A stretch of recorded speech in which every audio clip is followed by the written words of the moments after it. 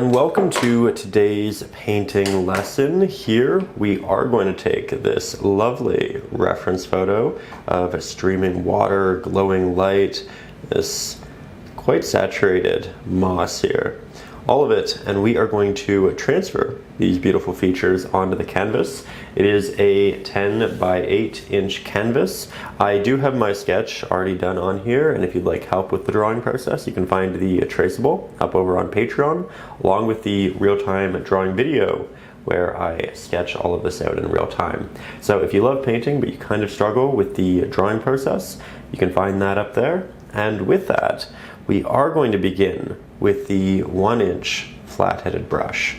Now, as per usual, I'm going to dip the bottom third of it into a little bit of water. This is going to condense our bristles. It's going to make blending easier. It's going to make our paint stay wet for a longer period of time. We are going to start in the background right up here. That is where our light is emanating from. Beautiful, glowing, and a simple start, because all we need is a good amount of titanium white, hint of cadmium yellow, just like that. Warm it up. And this is actually a cadmium yellow deep hue. Wanted to use that instead because it's a little bit warmer, and I think the glow in the background is quite warm. So we'll start this. I'm going to work around the larger trees. However, I am going to go over the smaller ones, and I'll just resketch those in a little bit later. It's also worth noting that because we are working with acrylics, our pigments may be a little bit thin, and that means going back and doing a couple more layers to cover up the drawing properly, and that's okay. It just kind of gives you a second opportunity to solidify ideas. Make sure you're doing what you really want to. With that, again, it's an easy start. Love doing backgrounds in the beginning because it just gives you an opportunity to refamiliarize yourself with the painting process, applications, blending, all of it. And we are starting quite simply, again, with one singular color. Though we will now diversify by adding additional titanium white into the mix, and we're going to take this back into the top center, at which point we're going to start blending downwards, to the left, to the right. And if you want a smooth blend, I recommend applying as little pressure as possible into the pigment. So we're using very, very little strength with the brush, just applying a hint of it. And the idea is that we build a gradient from a brighter top of the sky to something that's a little bit darker, a little bit more warm towards the bottom. Just like this. I think it's quite nice, quite subtle, and really that's all we need for the top. So far, so good. It's also worth noting that if you've stumbled upon an ad at this point in the video, if you'd like an ad-free version, you can find that up over on Patreon, along with the traceable and real-time drawing video. That said, we are going to continue moving forward in the painting by working on some of the foliage to the right and left-hand side. That looks like this, and it's pretty beautiful. For it, we are going to need to introduce a new color to our palette though. And said color is going to be a sap green or a green gold. I'm going to use both of these in today's lesson. I really like green gold for warm greens that have a lot of light on them. I really like sap green as a more neutral, flexible green. Now, because it is up here, I'm going to start with the green gold. We are going to apply that on our palette right here. Beautiful. Don't need too much. This is a very powerful green from Golden. I've used a lot of green golds over the last 2 years, and I have to say the golden one is my favorite. Though I think it's the only golden pigment that I am using. So, different preferences for different people. That said, we are going to grab some of that golden pigment. We are going to mix it into the color that we were just working with. as you can see. And the more titanium white it has mixed in it, the brighter it is, and then it gets to that more saturated state. Nice to have a little bit of a gradient to grab from. And as for the actual application process, I'm actually going to do so with the smaller liner brush. Now you can see that the bristles are kind of spread out a little bit. We want to make definitive sharper markings. So I'm actually going to make this nice and wet. It's going to condense our bristles, and then we're going to grab some of the brighter highlight in our mix, and we are going to go in and start tapping lots of little foliage to be. Just like so. Now, if you find that the pigment on the canvas is starting to come up through these taps, I'd recommend just waiting a little bit longer before applying it. Let the base layer dry. I think ours is pretty good for the most part.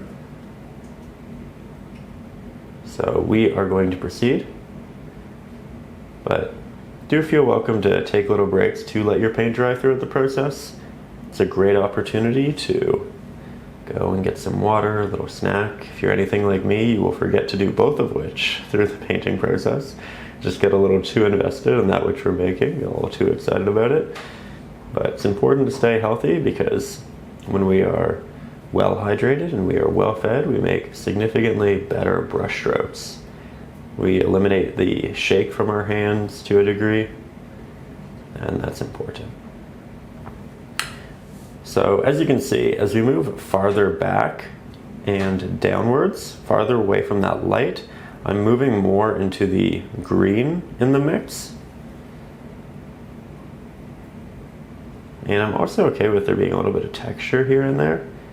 You can see that sometimes it's a bit more abundant, and I'll get you a little bit closer to really start seeing some of the detail work. There we are. So we're making our brush a little bit damp, and we're going to try to keep it damp through a lot of this process, because realistically that damp pigment is going to be very helpful for continuing to keep the brush condensed, keep the paint nice and wet. Beautiful. Now, I think we'll go a little bit farther back in the mix. Again, grab more and more of that green as we continue. We'll apply that towards the backs, the centers of the clusters, really start to build up the greens that we have in these spaces. You could apply this with your fan brush or through a variety of means, but this is going to give you the most intentionality in your application. So I quite like it. Especially considering we don't have that much foliage going on in the painting. We don't have to look for ways to expedite the process. We can really just enjoy all of the tapping and intentionality that this subject offers us.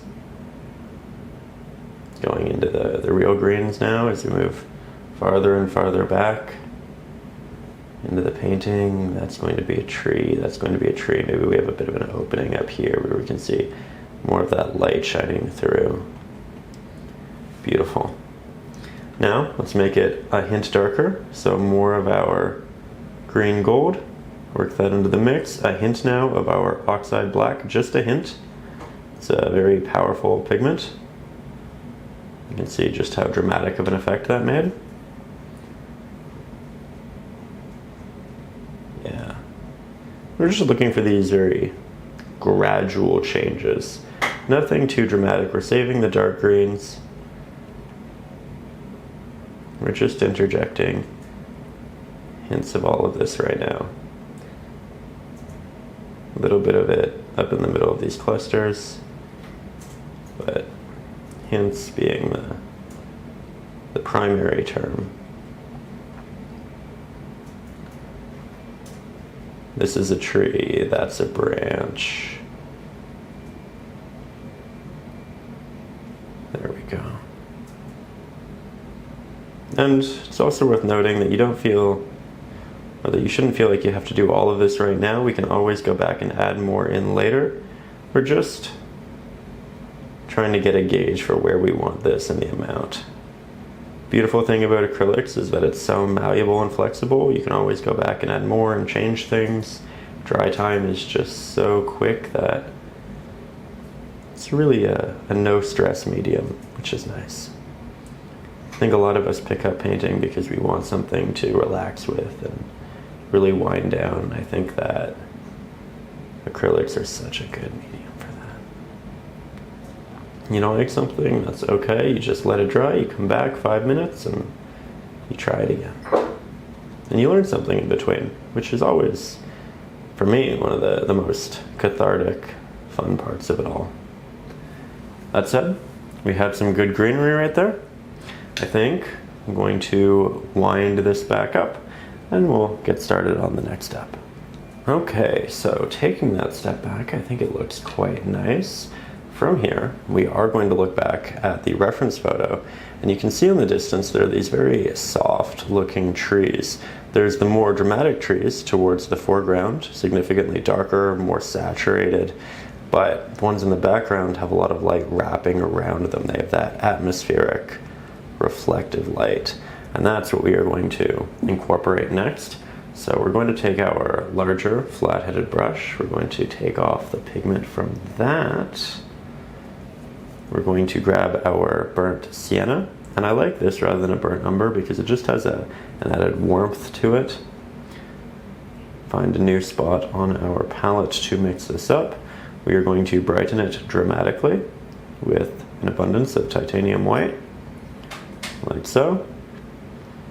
We're also going to try to move this pigment in the direction of the pigments that we have up here. That way it's a little more cohesive, so we'll grab some cadmium yellow deep hue as well. Beautiful color, rich. I would use this in so many ways in so many paintings. Unfortunately, it is too saturated for what we are currently doing. So we are going to interject more titanium white, like so. And that is beautiful. Okay, that's what we need. So we're going to put that down temporarily, grab our liner brush, grab some of our pigment, and we'll get in closer again for you. Okay, so yet again, grabbing that nice new pigment. I can still see a hint of my sketch showing through, so we'll just put this on through there. And we do want our trees to kind of get lost in an abundance of light, like so. Now we have another tree to the left of it. We can paint this in. Quite simple to begin with. It's just a flat color. We don't have a gradient. We're essentially just filling in space and trying to understand the area. Now we have a couple other little trees showing their way in the distance. And because this looks so soft, I think it almost looks a little artificial. Something I try to do when I make trees is I don't make longer strokes. I like to make lots of little applications, little taps and drags and whatnot, because I think it makes for a more natural looking tree. So I'm going to do more of that as we move forward with this.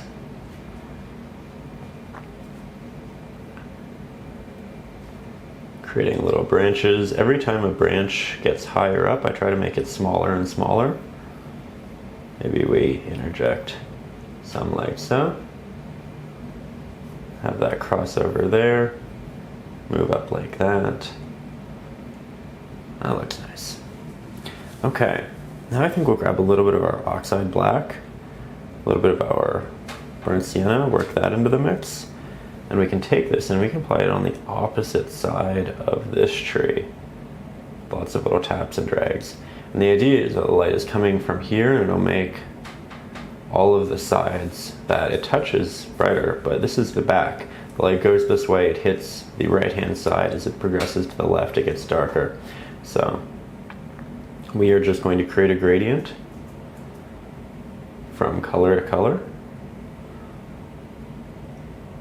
I'm going to do it with lots of little taps and drags. The base of the tree can also be a little bit darker in general because it will also have more shadow on it. But as you get towards the top, you get more of this color. Same with the right-hand side. So we just go back and forth between these two pigments. Lots of little taps. And we'll also work that up here towards the back. Good. Now I think we'll do a hint of this towards the bottom of this tree. Interject some of that texture, which I think will be nice. Maybe a hint in here. And down there.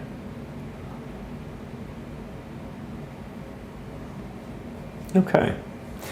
Right now, admittedly, it looks very unfinished, and that's okay. Part of the process. And with acrylics, it really is about layering.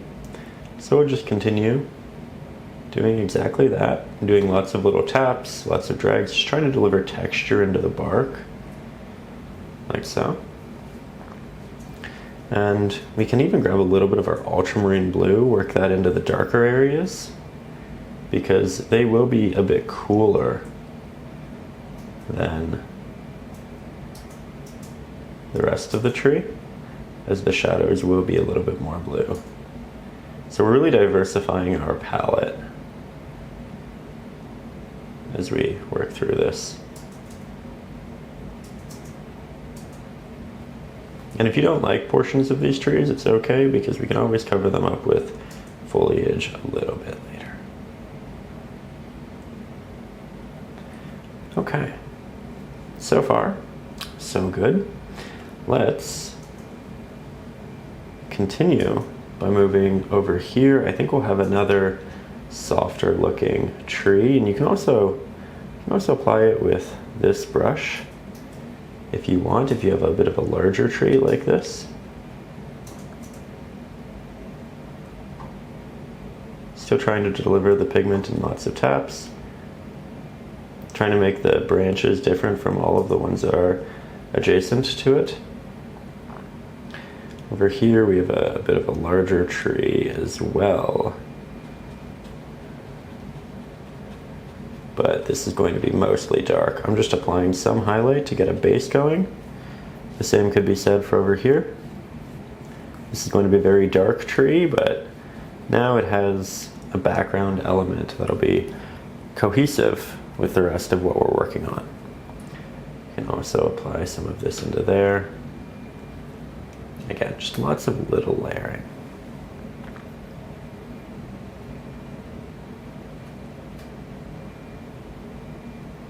Okay, now that has a good amount of texture, definitely moving in the right direction. We're doing well. Now we need to add some darker hues to the back of this one. Trying not to blend it all smoothly. We wanted the background blended quite smoothly. We wanted that soft, clean gradient. Here, not so much. More of a rough textured gradient. So we do apply more pressure here and there. We don't go for the full blends. It's a bit of a different process.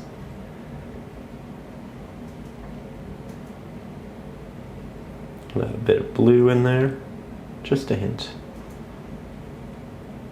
But it makes such a difference. Wow. So much of painting is in the subtleties.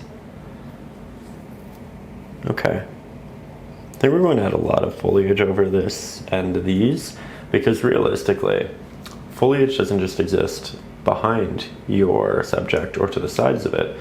It's also on branches that protrude forward. So we're going to add a lot of green in there once we get this a little bit more solidified. Though I do think we'll move on to these trees. More Oxide Black in the mix, a bit more burnt Sienna. Work that towards the side. Like so.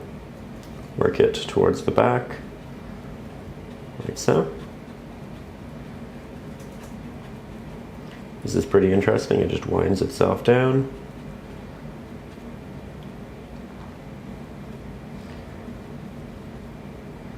And then here's another one. Deviating a little bit from the reference photo and the traceable as we continue to create. Taking artistic liberties, something I greatly believe in. I think as you paint, you find better ways of improving the composition and your textures, the balances, and I think you should really move with those. Don't be afraid of making those changes, making it your own however you like. We all have different subjective preferences, and that's one of the beautiful things about making art, one of those really human elements of it, right?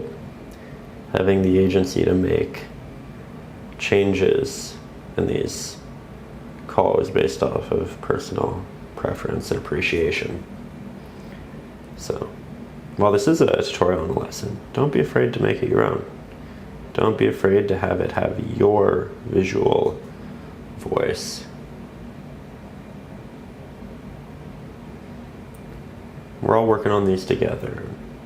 While they'll be similar, they will be our own. Okay, with that, I'm going to grab a bit more of that highlighted pigment, start creating those transitionary textures between our highlights and our shadows. Over here.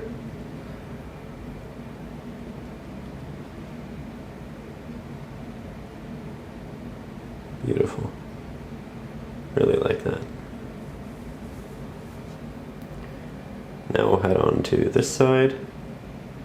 A little bit more of that highlight in the areas where the light's going to be moving towards.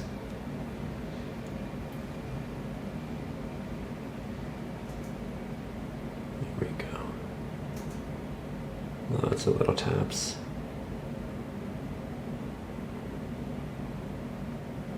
Lovely.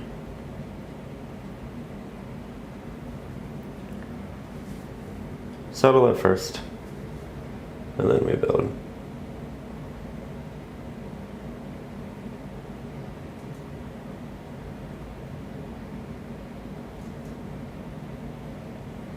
And the more of this we do, the more it makes sense, the more it feels right within the setting in the painting. If you just do a little bit, it might look a little bit awkward, but we don't want that. We want to give it our all.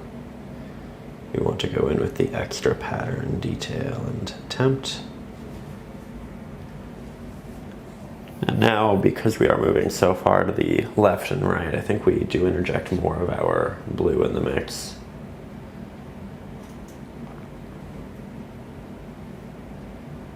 That's a lovely color. Need to desaturate it, need to darken it a little bit, but lovely color. Yeah, just like that. Increase the range of contrast. Increase the range of hue. Lots of little taps and drags.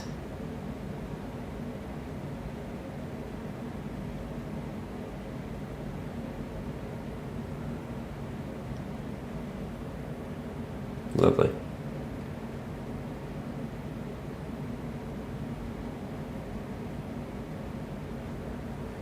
Okay, now we're going to head on over to the other side.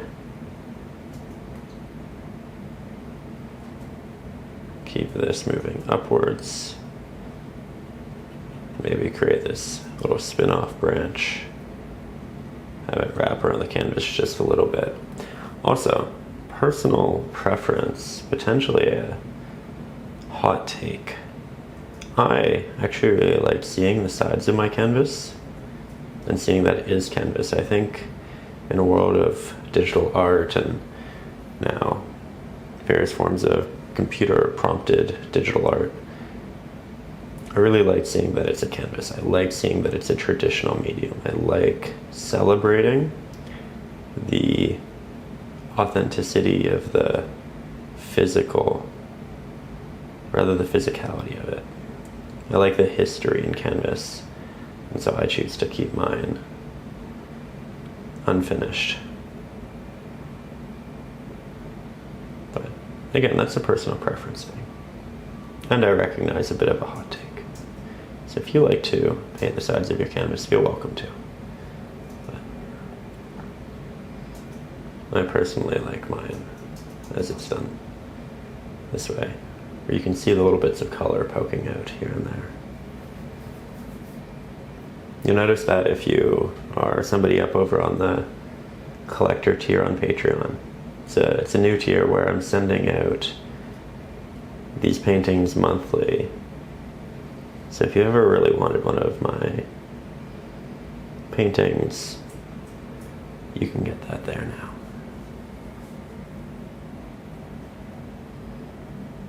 Actually, I'll be uploading this one there as well.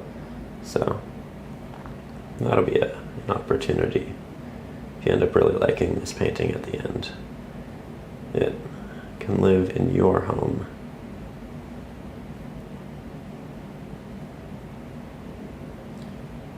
There we go. That said, it is far from finished, but a good start for sure.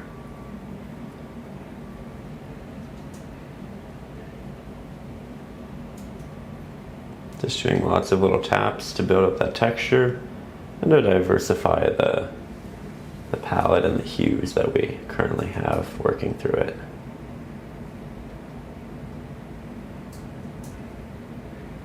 You can see that as we continue, we opt for less and less of a saturated look in the highlights.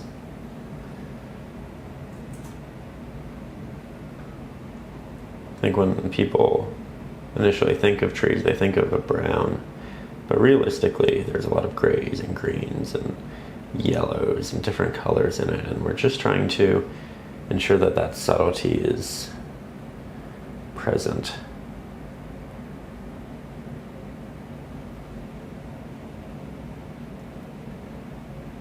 But we do have that warmer saturated hue underneath, which does show through just a little bit. Gives it that glowing effect to a point that we are going to double down on the glowing effects a little bit later in the painting process, and I think you'll really like that.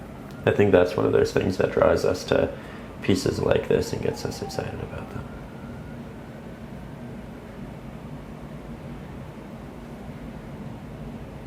Okay, now these still need quite a lot of work. However, before we proceed, I do want to start framing them with some greens for the sake of really seeing how much light we can add in, because we want these to remain rather subtle in the background, and we'll only know how subtle they can be if we start to frame them with the rest of our painting and the rest of our hues. So I've added our Winsor & Newton Sap Green. We're going to mix our green gold with our sap green. Use it as a transitionary pigment. We'll have more sap green down here, but we'll also add in some Oxide Black, a little bit of titanium white to desaturate. And we can take this and start applying it in the surrounding areas, like so. We'll also take it and move it over here. We have a lot of greenery riding up these rocks. And you can see that this is working its way over the actual tree. It's one of the reasons why we're not finishing the trees beforehand. It's because we know we're going to have to go back and fix it up anyway, because these greens are going to overlap and we need to keep it subtle enough. Okay, now we go to some Oxide Black, we work that in. We're going to work that towards the sides and the back, create those gradients. That way the green is lighter in the areas that are closest to the sun. And we'll just do a little tapped gradient. So we're not going for a smooth transition here, we're going for a textured one. I'm just using the corner of my brush, being a bit playful. Good. Moving all of our colors around. We can also interject this down here towards the base, in between some of our greenery and our trees. Okay, very good, very good. I like that as a start. Now we'll switch to the liner brush. We'll grab the brighter variant of that mix, and we'll do lots of little taps that are reminiscent of the initial ones we did with the greens.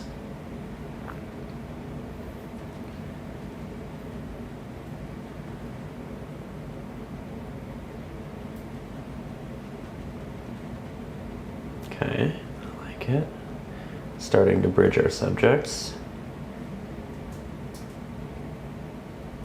You can see how this green now moves into the old greens quite nicely, especially when the brush is damp and we have these semi-transparent taps. Just creating the look of individual little leaves and clusters of them as they work their way up into the larger piece. Overlapping a lot of our trees, the bases.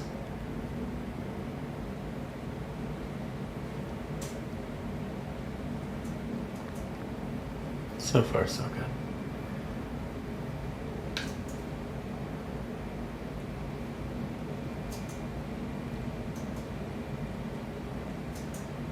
Okay. Now we can bring it up into the middle of the other larger green clusters we had.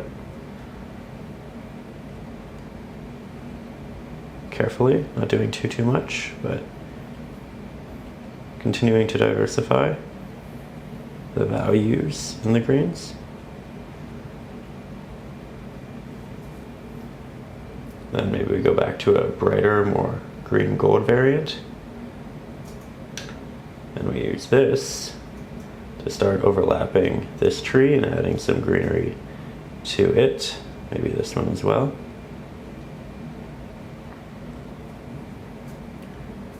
Really start filling this out in the way that we initially wanted to, but we needed to wait to see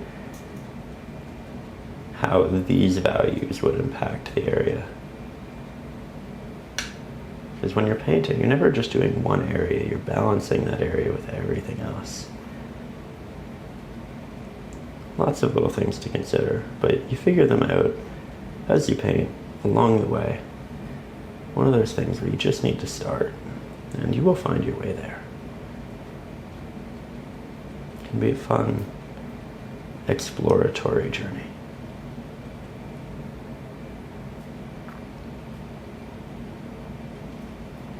Been trying to spend a lot of time in the sun lately. It's finally quite warm here in Toronto, Canada. We've had a couple of 35-degree days, which I've absolutely adored. But trying to make sure that every day, go for a little walk, take it all in, taking lots of little reference photos. And while I do live downtown Toronto, and it is very city-like, there's always light coming through different trees or opportunities for inspiration and art to be. With that, I'm now taking some of this nice green highlight and I'm working it down into the darker areas. So we have these little pops of protruding greenery, catching light.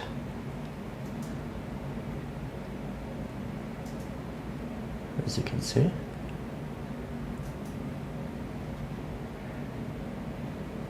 Be quite abundant over in here as we create that transition from light to dark.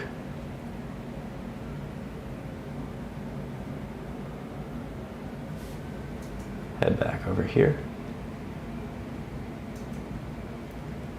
Again, this painting will go through lots of awkward stages, but it will find itself in the lovely place, provided we just continue doing what we're doing what we love. And that we shall. just have faith in you, have faith in the lesson, and we'll get there. We'll have fun doing it. Trying to keep the corners and the edges, the tops, a little bit darker, create that vignette effect so the eye stays towards the center of the piece. I'm going to add a lot of light and little speckles over here to show that there are areas that are a bit more thin where the light is really moving through, and then we'll let that dissipate as we work around that area. Just make it a little bit more dynamic in nature, a little bit more interesting.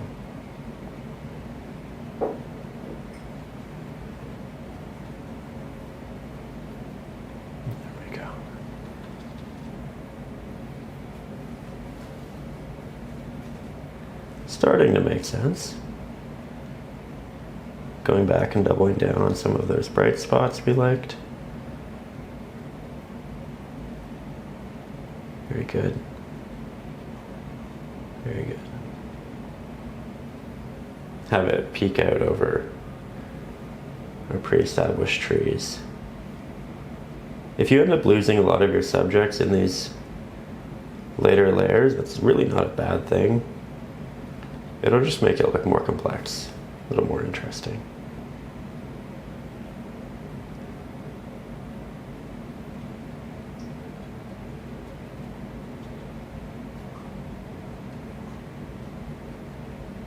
There we go. Now we'll take a real step back, make sure that really is quite bright through there, and as we move out it gets darker and darker as well, down towards the bottom. I think there's room to brighten this. So we will grab some of our green gold, titanium white, and we'll just continue adding layers to soften those darker values, because it shouldn't get too dark too quickly. You want a real progress of that change, and I think this is much better. We can also add in more titanium white to that and add some highlights on this tree as it kind of moves down. Give it this mossy effect. Almost looks like a little bit of a fluorescent green. We can work in there, do little taps. But that's a neat, unique addition. Maybe we can add another little elongated marking there for another branch. Have it head down there, maybe one through here. Just find different ways of making these areas more unique, more interesting. We can also do maybe one through here. I like that, leading lines that bring the eye downwards. And over here we can do definitely more of the same.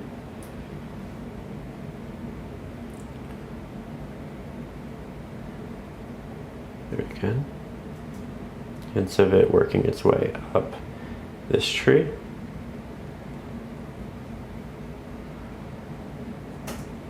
Now, what we do need to be careful of is that we're not just doing the same thing everywhere. So I'm going to reestablish a highlight for our tree. Lots of our burnt sienna, titanium white, hint of our oxide black, hint of our cad yellow deep hue.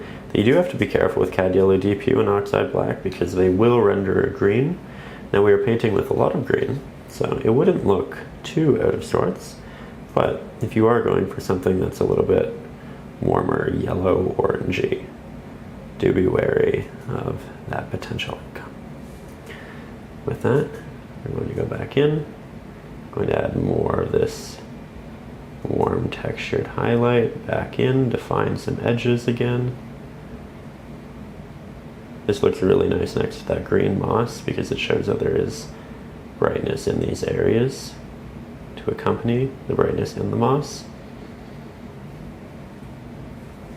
I like that. We'll redefine the edge of this guy as well. Just a little bit. So it's a lot of back and forth until you find the subjects and the shapes that you really want. Here you can see I'm painting it back into the green to show an opening in the foliage where this can come out and be present. Maybe some highlights in this tree, highlights in this tree. Maybe there's another one back here, subtly in the distance. You don't really see it, not much, but there's that little line. I think that'll also be a tree. It's quite far back, so we'll grab more of a dark pigment for it, at least initially.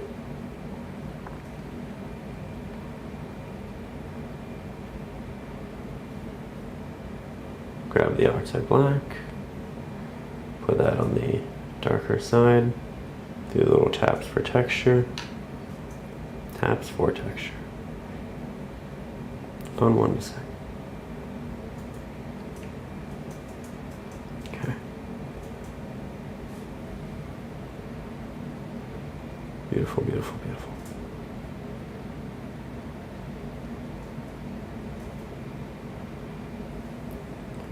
So from here,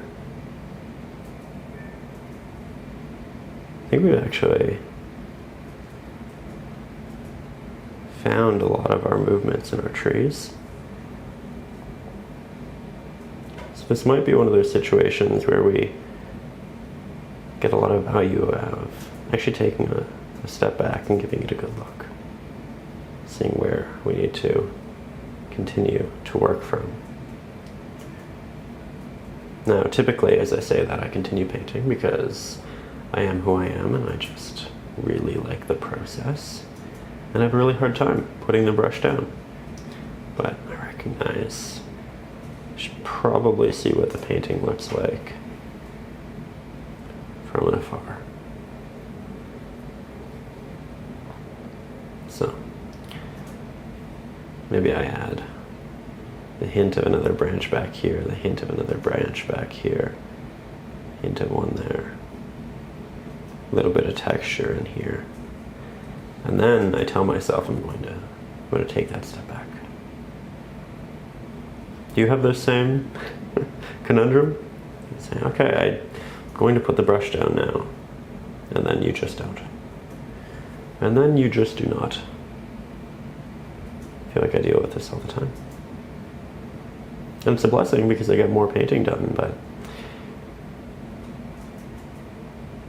there we go. Okay, so from here, we are going to break down the rest of the photo into 1, 2, 3, 4 different portions.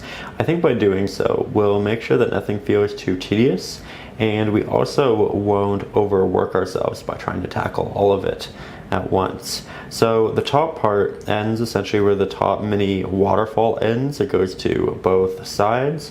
As you can tell, much like the very top, this area right here is a bit brighter. It's because light passes through water and that reflects more light into the surrounding area, with the edges being nice and vignetted. Then we'll take a break and we'll head down here, but we start up here. We start with the rocks, and we're going to try to do a lot of the rocks at the same time. It's a little different than how I typically paint, but I think again for this piece in particular, it'll be the best way of going about it. Okay, so we are going to grab our large flat-headed brush, make sure it's nice and damp. We are going to tackle this area as a whole, and something that's interesting, all of these rocks protrude, and there's an underside to them which is quite a bit darker because we're looking up at most of these rocks. So what we're going to do, we're actually going to mix up a Oxide Black, a burnt Sienna, and Ultramarine Blue. We want it to be nice and cool, so we need that Ultramarine Blue, but I want it to have those rocky hues in it too, so burnt Sienna. And if it's a little bit of a mix, you have some areas that are a little more blue, some that are a little bit more of that coppery bronze, that's actually quite nice. We can begin by saying, okay, this is the bottom of a rock, we can apply it here. And you know what? As I start to apply it, I feel like this brush might just be a little too big. So let's switch to our smaller flat-headed brush. We'll make sure it's nice and damp to condense those bristles. We'll grab that pigment, and we'll just work in the base of this rock. Now this is quite thin, you can see the canvas showing through, and that is A-OK. We are just doing a base layer right now. So here yet again, bottom of this rock, we'll do the bottom of this rock next. That's the side of it. This rock will have the bottom through here. We have a separating point between this rock and this rock right there. We have a bottom and a back to this one. And this is just going to make all of this significantly more interesting. There we go. This is a little inset area, a little bit darker. Double down on some of these applications as they start to dry. And again, we're going to cut it off at this point, so that means we do need to do here. This rock will have a base to it. Maybe it continues. Beautiful. We should have some that kind of work their way off of the canvas, that way the canvas itself doesn't look like it's a frame, an artificial border. We can work little divots into these rocks as well. But as you can see, we're working on a lot of rocks all at the same time. And this is going to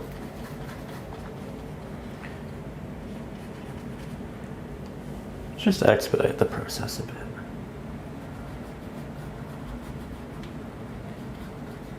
So I'm thinking about where the bottom of it is, the area that we're looking up into. I'm thinking about where some of the fissures in between the rocks are going to be.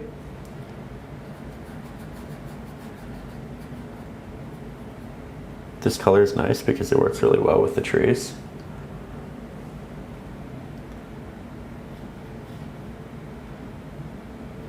Create some of those separations.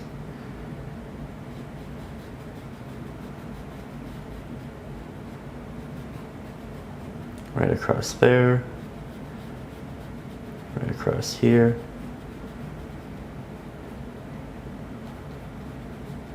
And again, we're not touching any of this. If you find that this brush gets a little too big and cumbersome, we can switch at any point to the liner brush as well. That will work quite well in these settings.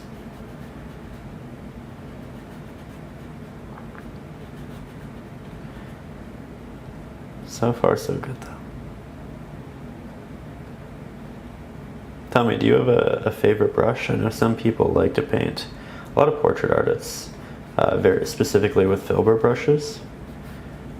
I know a lot of landscape artists who like flat-headed brushes. You can have a lot of sharp subjects, where with portraits it's a lot of soft features. Maybe you're somebody who just appreciates doing everything almost like a pointillism with your liner. Maybe you're somebody who appreciates the fan brush because of its sharpness and versatility. Curious where you stand on that. Or if you're like me and you like to bounce between about 5 different brushes. Okay.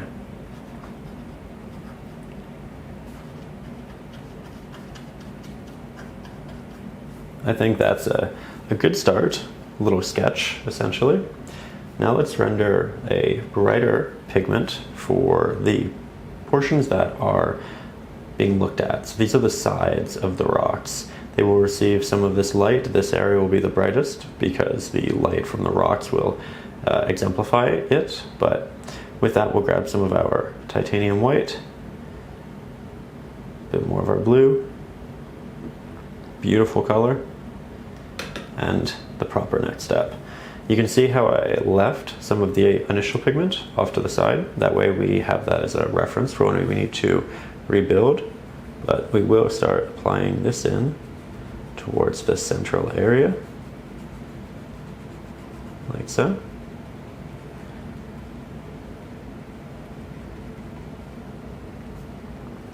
a bit more. Head on upwards.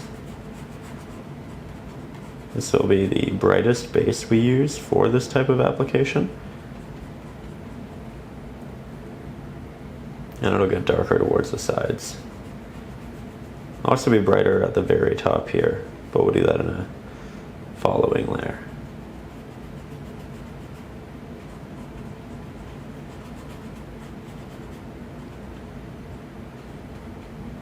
Okay, so far so good. Let's grab more of our darker pigment to re-interject that base.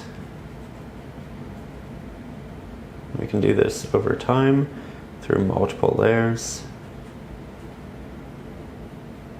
But beautiful star. Oh, not sure if you could hear that. That was my stomach saying, hey, it's breakfast time. What are you doing? Why are we not having our standard 4 eggs? Where are my micronutrients? Where are my macronutrients? But they're in the kitchen. Currently we are having fun with the painting. So it's going to have to relax for a little bit. With that, I'm now going to start taking some of this darker pigment. I'm just going to tap it with a corner of my brush into the tops of the rock to start delivering a little bit of texture. This is great because it's cohesive with the bottom shadows, but it's also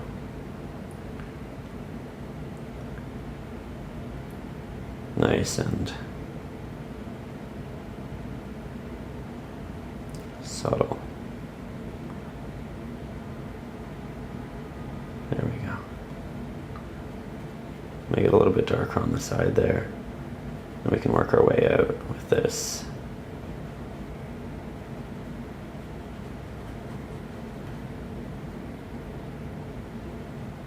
See how it's slowly coming together?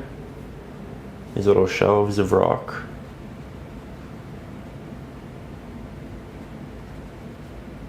Quite fun.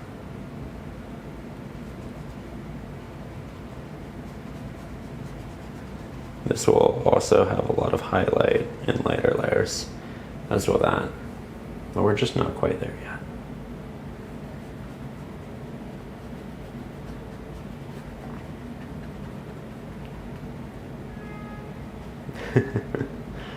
Little honk in the background. I don't know about you, but I've always just found the short, sweet honks kind of funny. Just like a little, hey, hello. Where perhaps it's intended as something a little more dramatic, but positive perspectives, right? That gets you far. I've been thinking about that a lot lately. I've been thinking about positive loops and trying to create as many of them as I can in my day. So whenever anything good happens, I say to myself, positive loop. That's a good thing that occurred. That's something I can take note of. That's something we can build on. It also, I think, just makes me more appreciative of the everyday, the little things that are going on. So, for instance, if I think I'm out of milk and I go to the fridge and I notice that I actually have a good amount left, then that's a little positive loop. It started something good. I'm happy. First taste of coffee in the morning, wonderful feeling. Positive loop. Making the bed. Got something done. Get to feel good every time I look in the bedroom. Positive loop. And it's just those tiny, tiny little things that I think cumulatively make us happier people. I think I've always been a very happy, relaxed person, but I do think this helps and adds to it. So, just something I've been trying lately that I've really liked. Do feel like it makes a difference. Do feel like it's worth the effort, and it's just the little silly things, you know? Like making the bed, the first cup of coffee. It doesn't have to be big, because I think a lot of good little things happen in all of our lives. We just look at them as standard, or we don't really appreciate them because we have other things in our mind, but it's understandable. I'm just trying to make the effort. This is a positive loop. This is going very well. Very happy with this.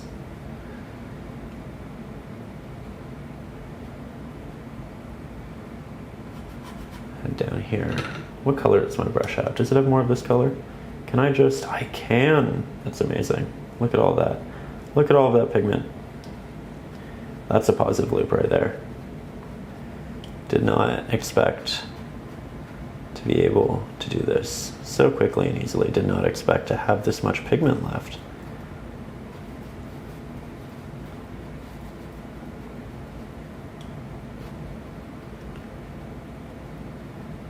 There we go. Again, this doesn't have to be perfect. It's layer one. We're just figuring things out. I should make the edges a bit darker actually. Let's add some extra Oxide Black into this. Maybe a little bit more blue.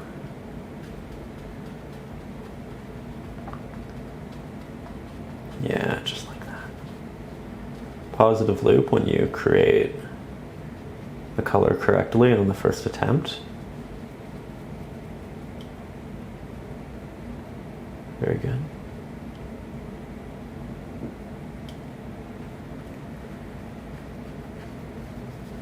Now as you make these areas darker, the sides of the rock, the front facing areas, areas that receive light, it does mean that you'll also have to make the shadows darker as well. Because the shadows need to remain darker than these spots. So, again, we're at a very rough spot in the painting. That's okay.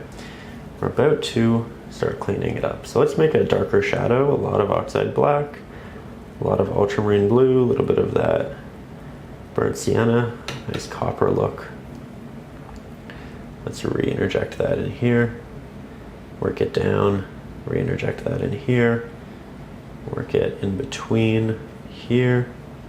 And then we can do little taps again, bring it up into the wet pigment, just create that nice texture. Beautiful, beautiful, beautiful. Okay. We have some good volumes. We have some good volumes.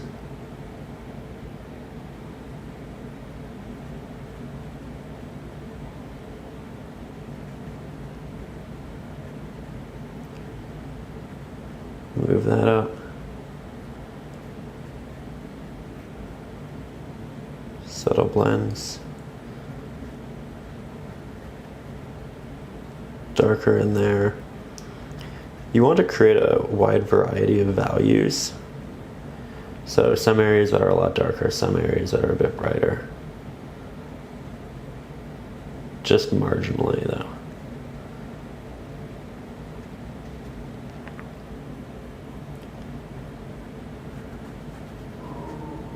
Oh, there we have the stomach again. Hello, greetings, welcome to the painting session.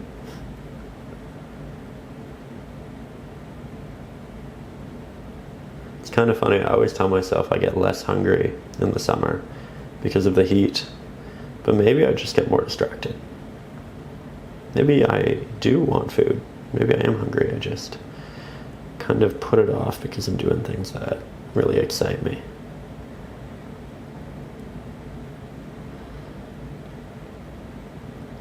Oh, I really like this. I like these shadows we're building right now. Starting to put those little taps of texture into the rest of it, I think are making a big difference.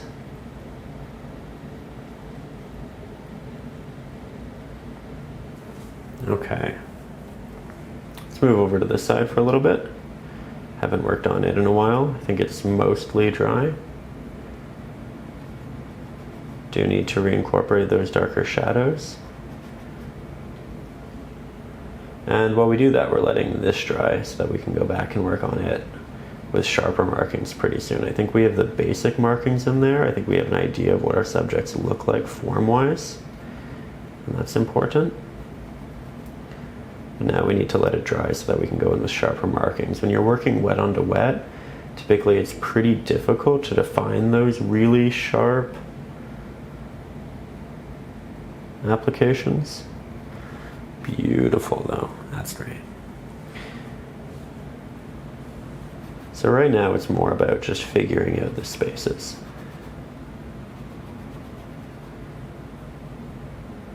And again, if you deviate from the reference photo or the traceable, that's okay.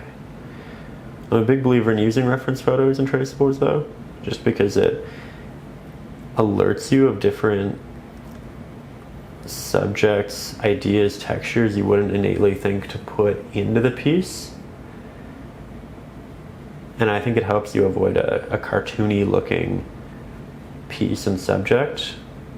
I think when I don't use reference photos, a lot of the times I just try to come up with the subjects in my head, and when I do that, they're a little bit derivative, they're a little bit more in line with what you see as a little one when you're watching cartoons or television, because the brain kind of defaults to that in a lot of situations.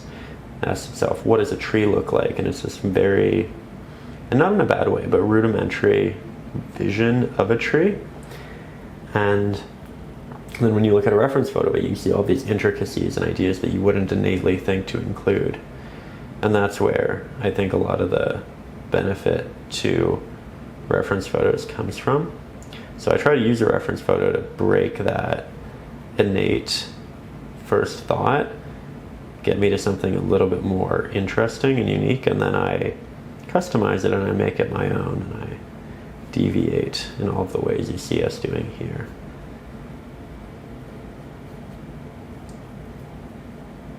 Hope that makes sense.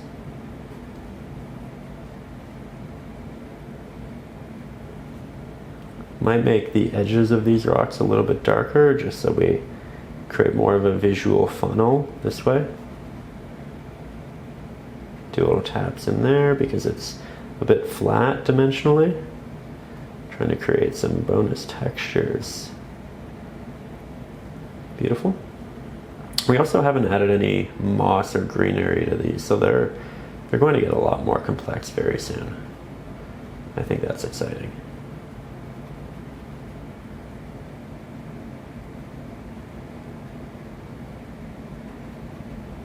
There we go.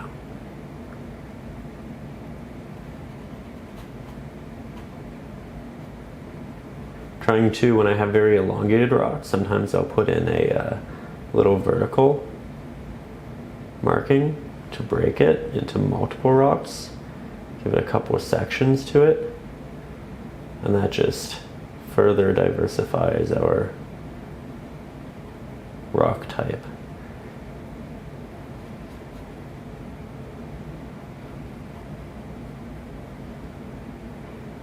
There we go, there we go.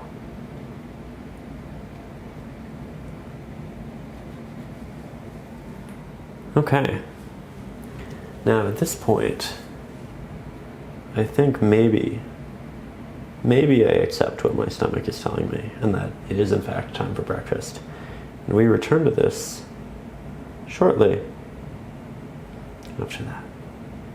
Luckily for you, thanks to the power of editing, you do not have to skip a beat. We will just continue painting in the very next clip. That said, I am yet again doing what I always do, and that is struggle to finish and put my brush down, because I'm just having a little too much fun. But you know what is another thing for a positive loop? So, there we go. Trying to incorporate these darker hues more towards the side again. Have a little bit more Oxide Black in my mix than I did before.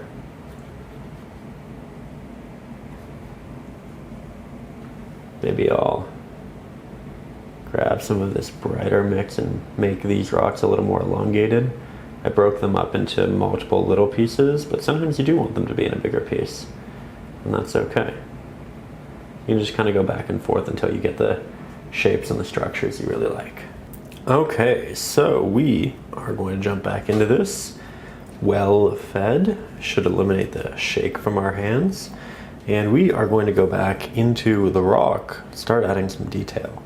Now I'm going to begin by mixing up a lighter gray than we've used before. Still going to use some of our Ultramarine Blue, Oxide Black, Titanium White, You can see I'm mixing it over our previous mix for the sake of making sure we get something not too far away.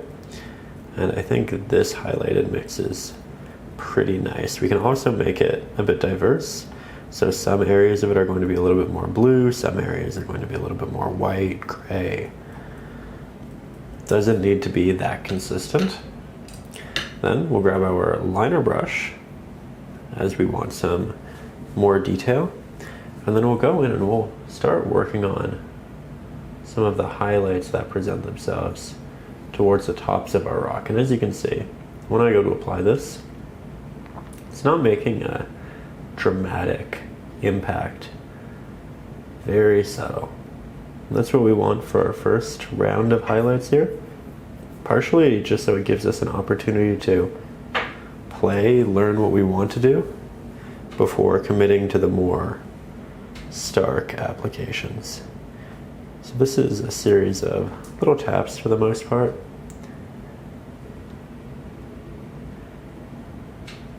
Like so.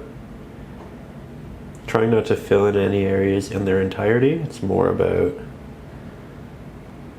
just adding an extra level of small variance and highlight. Because this is a brighter value than anything we have on the canvas currently. So we're trying to do it in areas that might receive a little bit more light.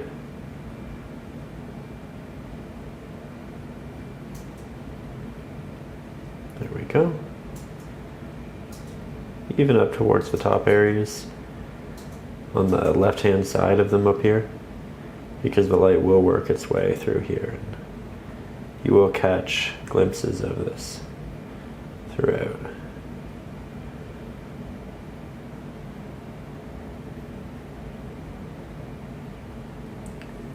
There we go. Can't have it too bright or too blue though, because we don't want it to conflict with the water, which we are going to be applying relatively soon.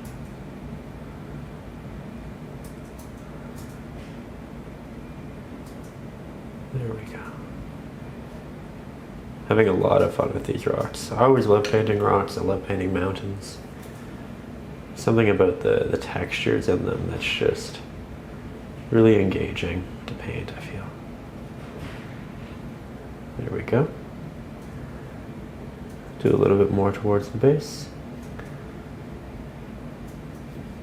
I'd also like to report, for those of you who tune into these regularly, I believe in one of the past episodes we were talking about how I moved, and in the process found myself with an opera singer on my floor. And sometimes we get these fun little performances, and I haven't heard them all week, and I'll be honest, I miss it. I feel like that's something that people would typically, no, they don't love if they move somewhere that a neighbor is making a particular amount of noise, but they were really talented, and I miss it. So we're hoping that maybe at some point in one of these lessons we hear them again. We know that they're okay and they're still making their art in the form of music. But little update there. We'll continue to keep you updated there.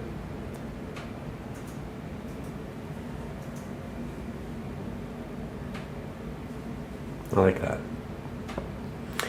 Definitely defined our spaces to a better degree. Now we still need to add moss, we still need to add water, we can add more shadow should we want to. I think at this point though, I'm going to double down on some of the highlights.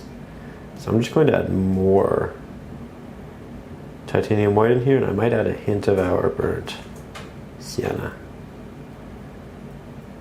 There we go. That's a neat color.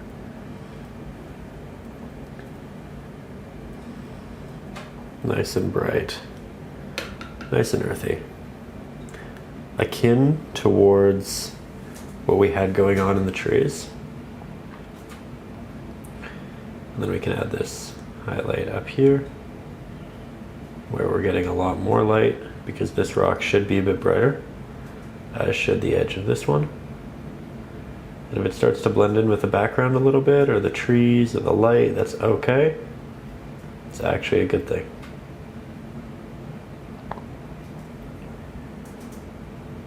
I think we can have a bit of it on the side here, and then it dissipates as it moves up and moves into that cooler shadow area. In there. You can see just how dynamic these are getting. That's the goal.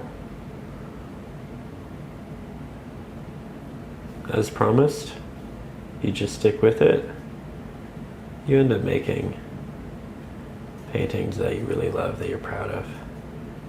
Just need to be resilient. If you don't like a layer, you cover it up, you try again. There we go.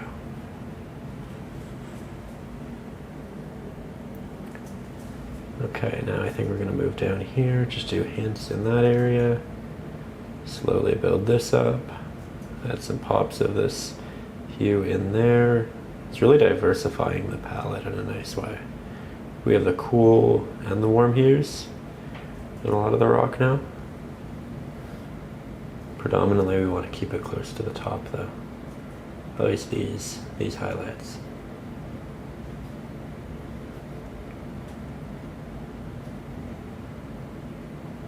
There we go. Lots of little taps backwards, let it dissipate into the shadow portions.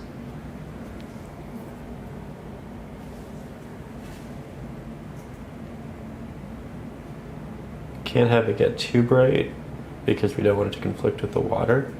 In the same way we didn't want our cool applications to be too blue. But I think this is actually a very reasonable amount of highlight.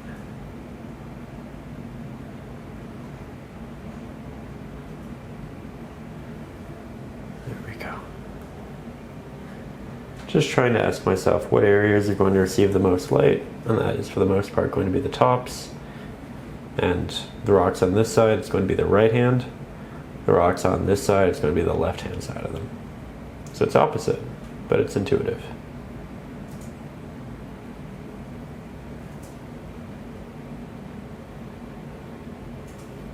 There we are.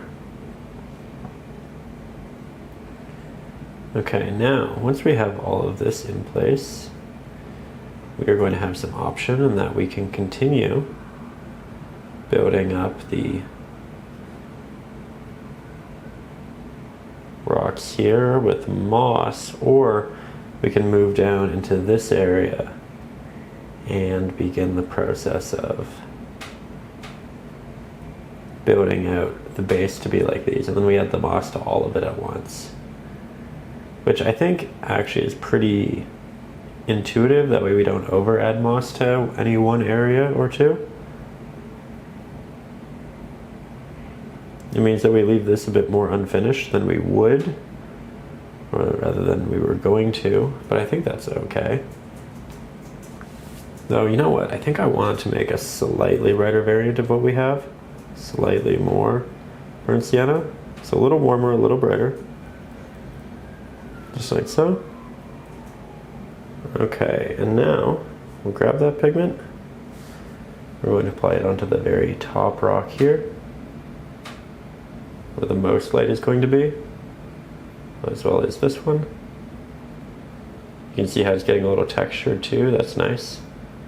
This doesn't have to. With acrylics it's difficult to achieve texture, and as a lot of the texture dries, it actually shrinks. Acrylics shrink to about 30% of their wet volume as they dry. But if some of it remains, I think it's a good look, and we might as well try. We can always build it up until we get there as well. Eventually, you add enough layers and you can build texture, but I think this is a good look. Looks great with the trees. It almost has this natural transition.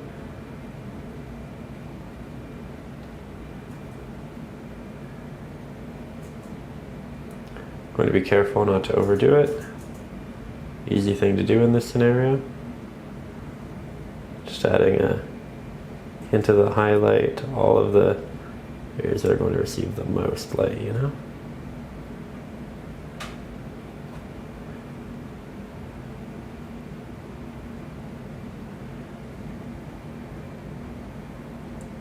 A little bit of that shine. Let the tooth of the canvas do a lot of the work for me.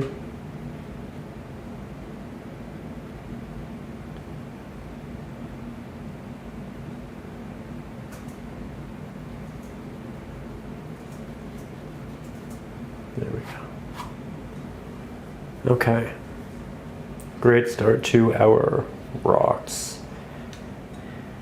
Now again, we either add the moss here, you know what, I say that, I want to add a couple more little highlights in here. Sell the details, sell the opportunity. What's a couple more touches? A couple more little taps. Into the darker areas you can throw in tiny additional little rocks as well.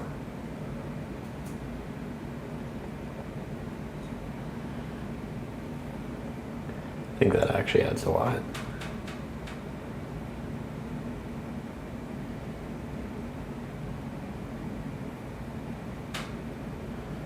Beautiful. Okay, so now that we've done that, I think I am going to work into this larger bottom area, and then we'll apply moss to all of it at once. So we're going to zoom out for a second. I'm going to clean my brushes in water just so we have a good fresh start, and then we'll get right back to it. Okay, so we are back. We have clean water, clean brushes. Pigment is still wet, and we are going to approach this second strip right here. After that, we'll do the water and the rocks in the foreground, but I want to do this first. Then we'll apply the moss to all of it. We'll apply the running water to all of it. And then again, we move on to our next steps.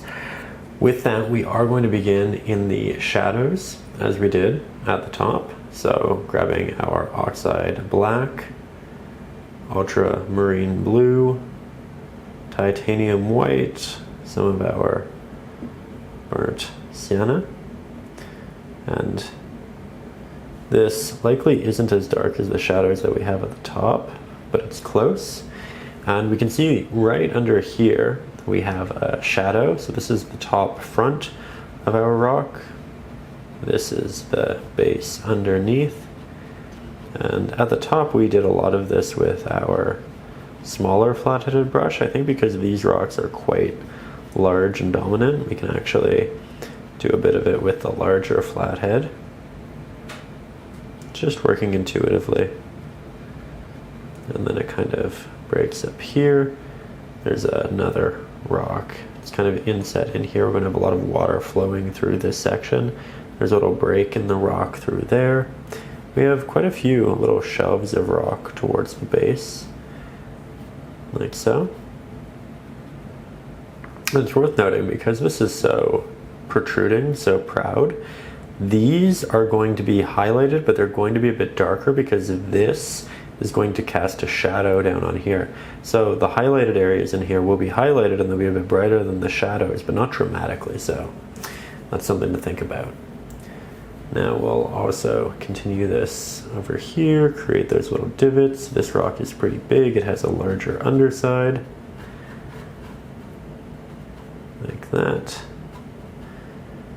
I'm gonna make our brush nice and damp, keep the paint wet, keep our, oh my, sharper markings sharp. Also going to do my best not to bump the table again. Little earthquake on the canvas, but that's okay. That is okay. Just going to do some little taps for the shadows towards the sides to note that this is an area that is going to inevitably be a bit darker, a bit more cast in shadow, as we do have that vignette effect.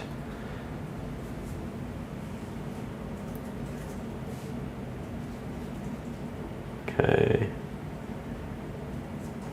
Towards the bottoms. And then this protrudes a little bit.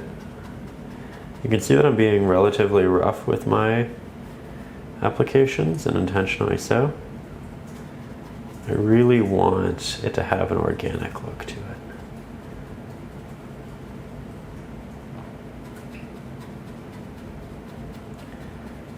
There we are. This rock is pretty neat, protrudes up in a unique way.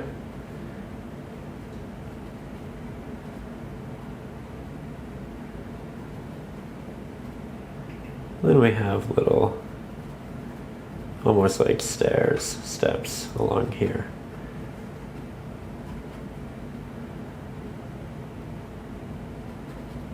You can see how they don't go all the way across. This one kind of comes down, it creates this nice little triangular shape. Trying to make sure that despite the fact that they're relatively the same size, that they are different from one another. There we go. And then again, because we'll have this and this, we'll have a really good framing device. We don't have to worry about that right now, but just something to keep in mind a little bit later down the road. So, I think this will be pretty good in terms of our initial sketch, figuring out where everything goes. You know what, I might move this crack over here, just so that it's 2/3, 1/3, rather than 1/2, 1/2. I think it just makes it more interesting that way. Again, taking artistic liberties to make the canvas and the piece a little bit stronger. Now we'll go for a brighter variant. So more of our titanium white, a little bit of oxide black, a little bit of our ultramarine blue, burnt sienna. I love these colors. I think they work so well together. And then we'll head up here. And this is actually pretty warm comparatively to what we've had before. It does need to be cohesive, so we're going to interject more of our ultramarine blue into this. Maybe make it a bit brighter. Another good lesson is to not just go in with the first pigment you mix. Do alter it if it isn't what you really want. Make those changes and then jump back in.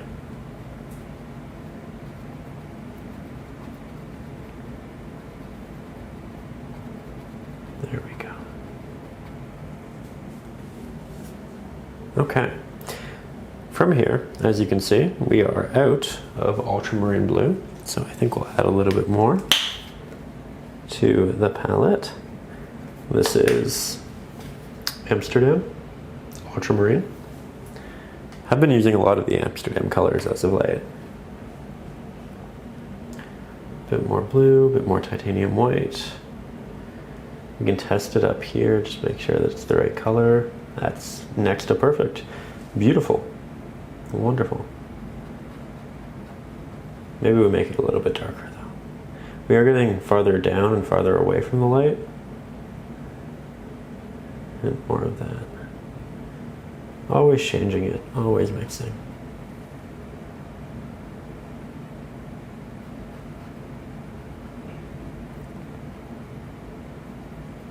I'm going to keep the brush damp.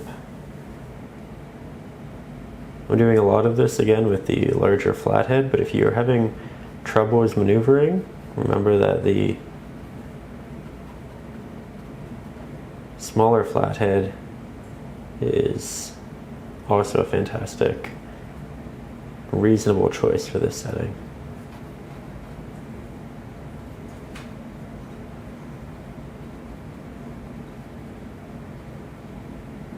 Really like the variance between the spots that are a little bit more coppery and the areas that are a bit cooler. I think we're striking a nice balance. Looks realistic. It's not too complex, it's not too showy. Feels organic, feels textured. Those are all different things we're aiming for.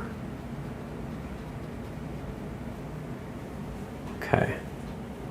kind of fun to see the base set and then what we turned it into as well, right?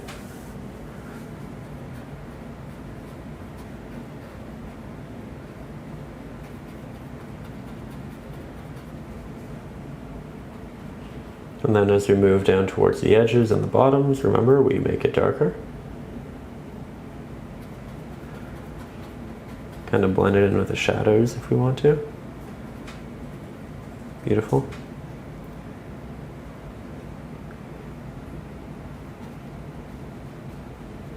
Good. Moving these colors up here just to make sure that they are cohesive. And even if they're not, this does make them cohesive, right?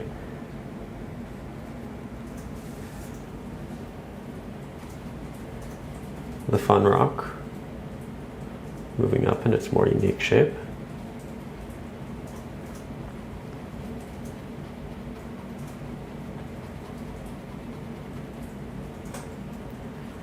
And from here, I think we are at that point where I should probably switch on over to the smaller flathead. Almost. I can do this area too.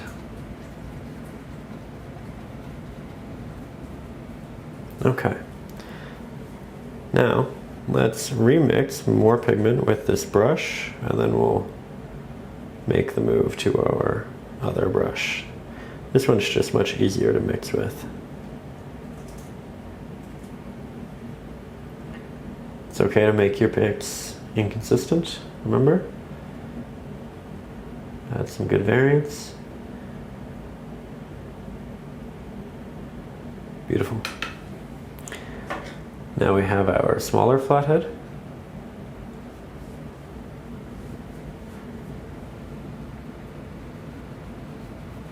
Work that in there. Work that in here. You can see that we're kind of losing some of the shadows. That's okay. There was only a base there. We fully intended to repaint them in anyway. Not a big deal. Not a big deal at all.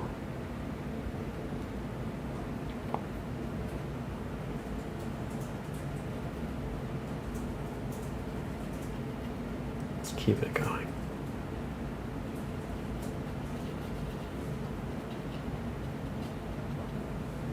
Very nice.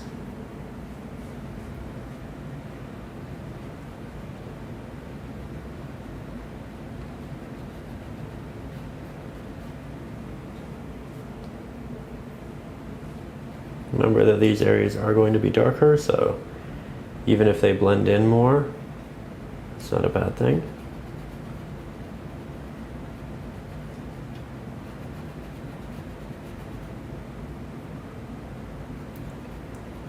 You can see I'm kind of scraping occasionally into the canvas just to get the tooth out, but we don't want a smooth application. We want it to be textured, a little more gritty. We have a big rock over here.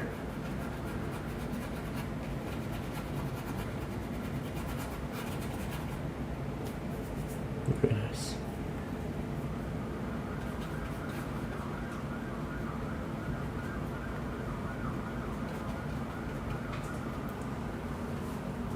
Okay, so from here, we are just going to mix up a darker variant of our shadow.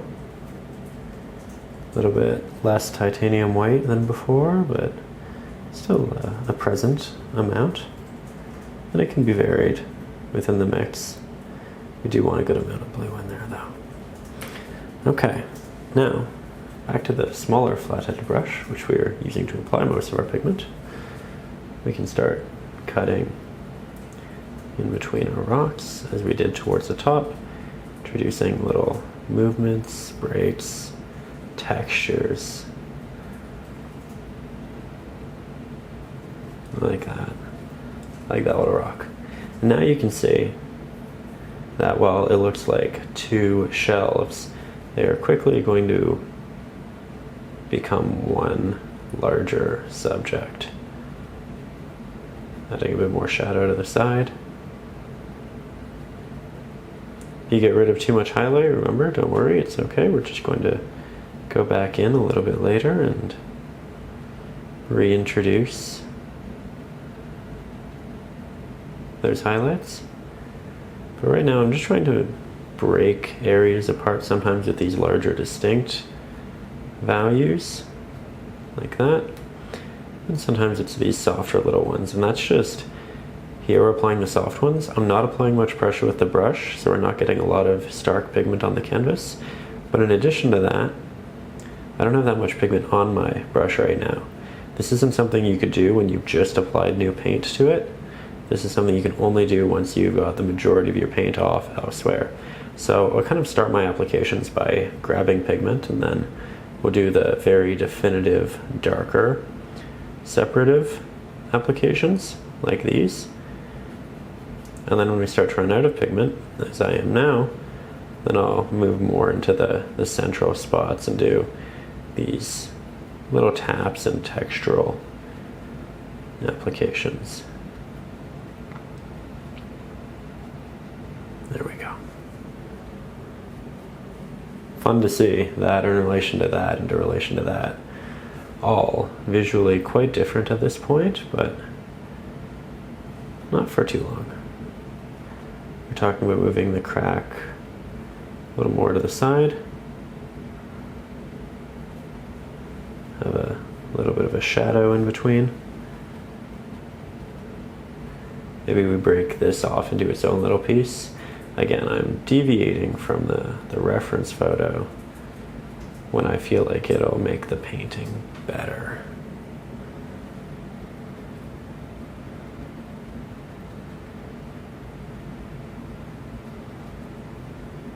Love painting these rocks. Very forgiving subject.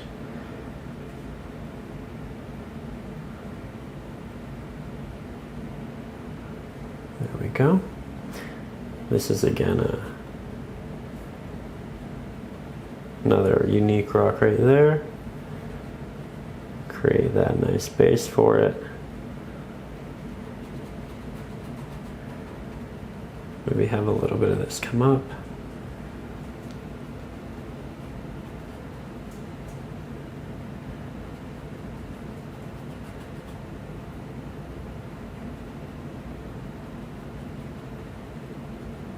Beautiful. Beautiful. And beautiful.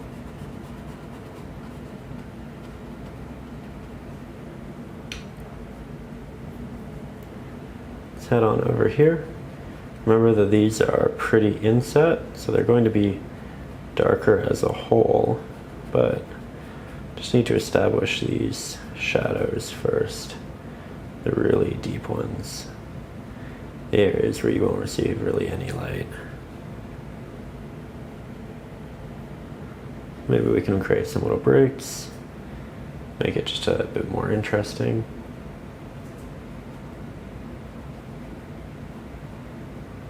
There we go. So, always curious, what's another subject you're thinking about painting? What can I maybe do a lesson on in the near future that you'd appreciate? Is it a specific place, a destination, a subject that you'd like to be explored a bit more in depth? A certain color palette with a certain subject? I feel like I'm that way a lot. I'll have a reference photo and then I'll question myself of what if I completely change the color palette? What if we brought this in a very different direction? I always find that fun. Sometimes I'll do the same composition of the same reference photo 2 or 3 times with different palettes and seasons, times of day. Don't do a lot of night paintings anymore, but definitely had the itch to as of late.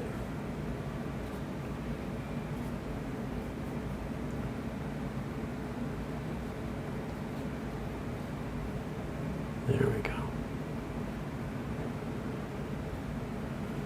Now with a very watery mix, I'm just kind of going over these areas. almost doing a wash, trying to make them look a little bit darker. Like that. And then this can be significantly more in shadow.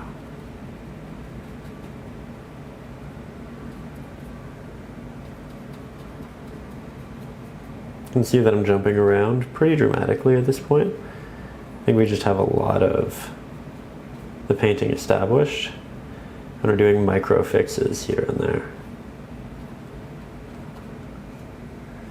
Good. You can tell that this is significantly darker than up here because we haven't applied the highlights yet, but that's the way it should be. And we are quite close to set highlights. I think we're just going to make this mix a bit darker. I'm going to put this brush down. We are going to pick up the liner brush. However, I am having troubles finding it. Ah, there it is. The little crash you heard earlier, that was our liner brush finding its new home under the painting desk. That said, we can now go back in and really define the shadows with this brush. Not going with a pure black, it still has blue and burnt sienna in it, as it should.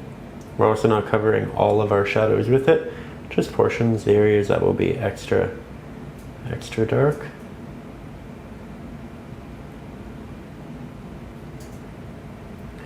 So far, so good.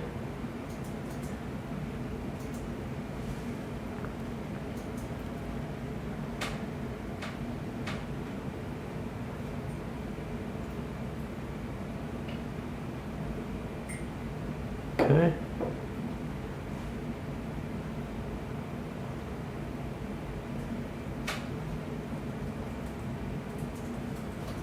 Like that. I have to be careful that we don't do the same shape too frequently, but I think we're finding a good balance.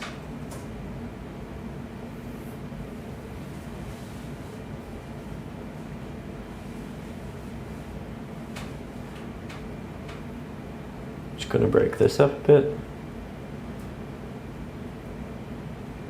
Give it a little zigzag.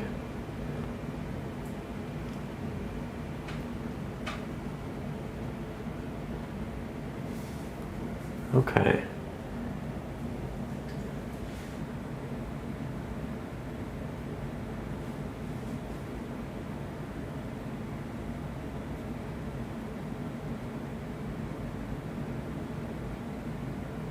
Just adds so much dimension so quickly.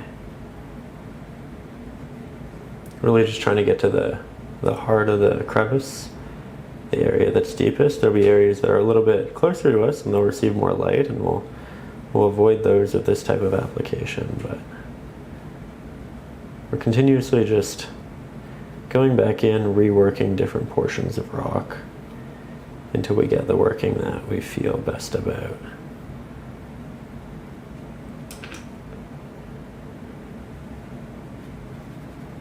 Down here should be pretty dark. Not getting a lot of light in this area. Same with under this rock. To the back there. Lots of little taps. Not all about line work. In fact, a lot of the line work is just made up of taps, right? Working it up here too, just so that we have the mix ever present.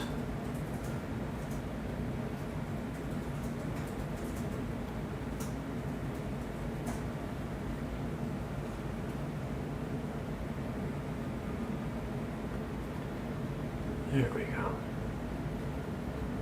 Really proud of how this is coming along. While it's far from finished, it's at that point where I can tell we're going to have a really good painting on our hands soon. That's why we trust the process. That's why we create those positive loops to get us through the awkward stages. Yeah, like that.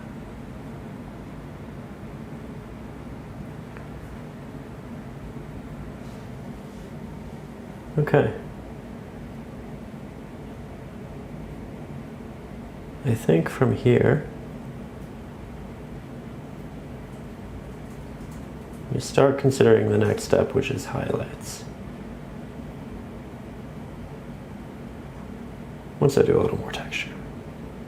I have almost no pigment on my brush, it's just this dirty water, and that's great for these little taps and further little defining pieces. Okay, so from here, given everything some time to dry, we are going to jump back in with some highlights, and we already have some of our highlights still present on our palette.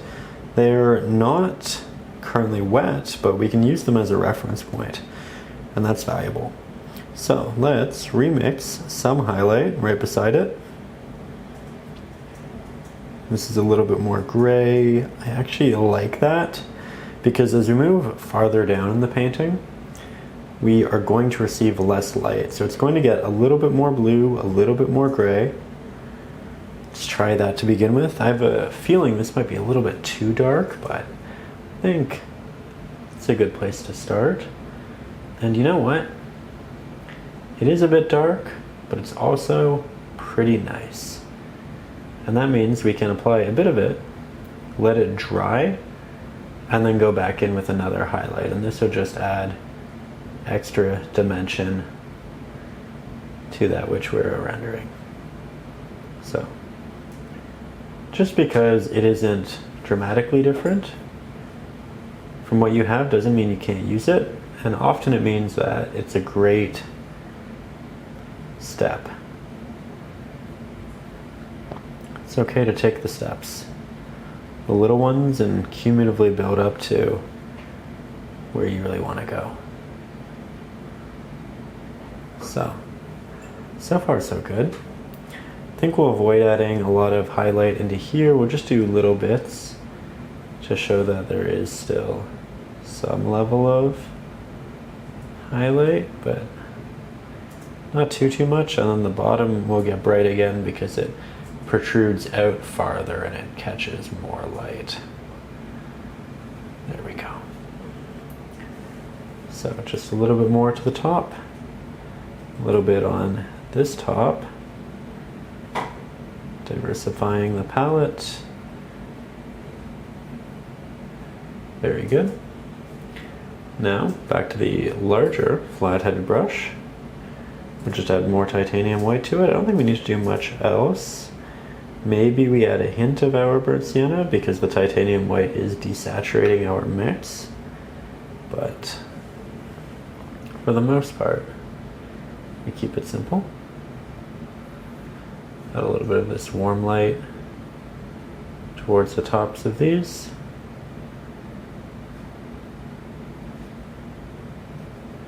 Interject it into this, into here, just make sure that it's cohesive with everything else we're doing. Though I do think the mix could be a bit more blue. We'll just go back and forth. We don't want all of our rocks to have the same values.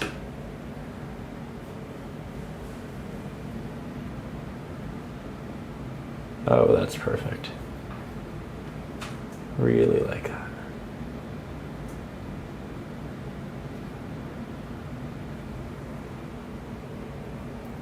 I think they're bridging quite well into each other now.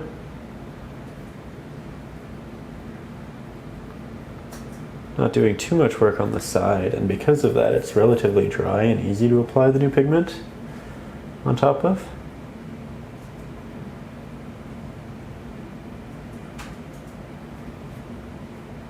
While pigment's wet, it is difficult to change the value and the hue dramatically. Typically we need to let it dry a little.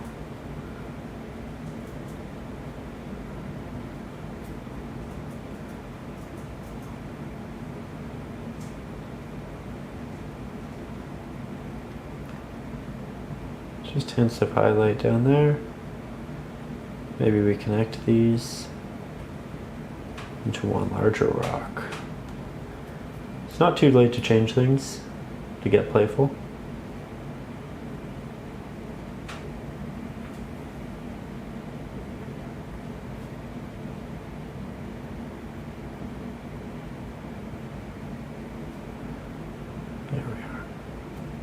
You can see I'm jumping around quite a bit as well, and that's quite intentional.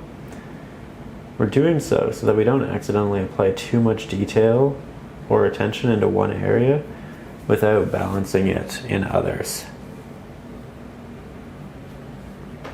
Now, yet again, let's go brighter. A lot of titanium white going into this mix. Back up to this top spot. Yeah, that really pops.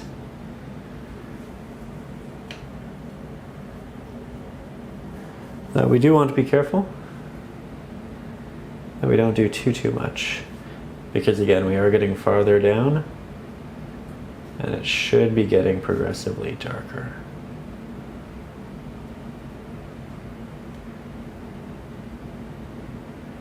So brighter at the top, darker as we move towards the bottom, and this rock is a really easy way to express that.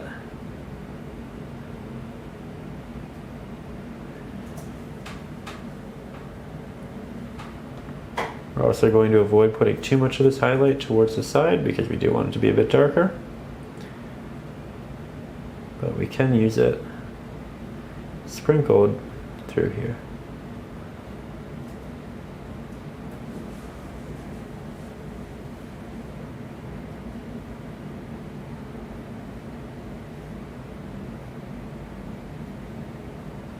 This area was initially pretty easy to work with because it didn't have a lot of paint, so we focused on it.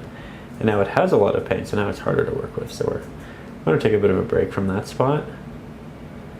Maybe spend some time over here.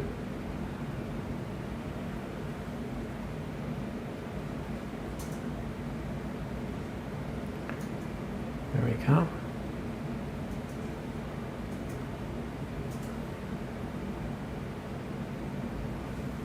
Very good.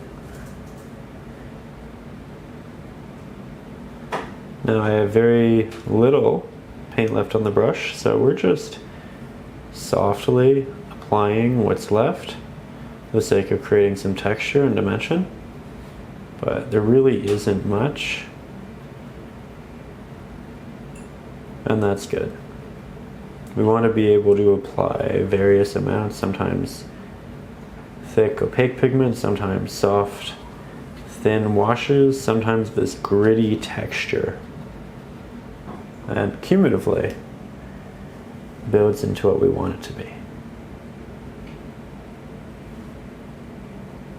Now again, need to be careful of not applying too much highlight.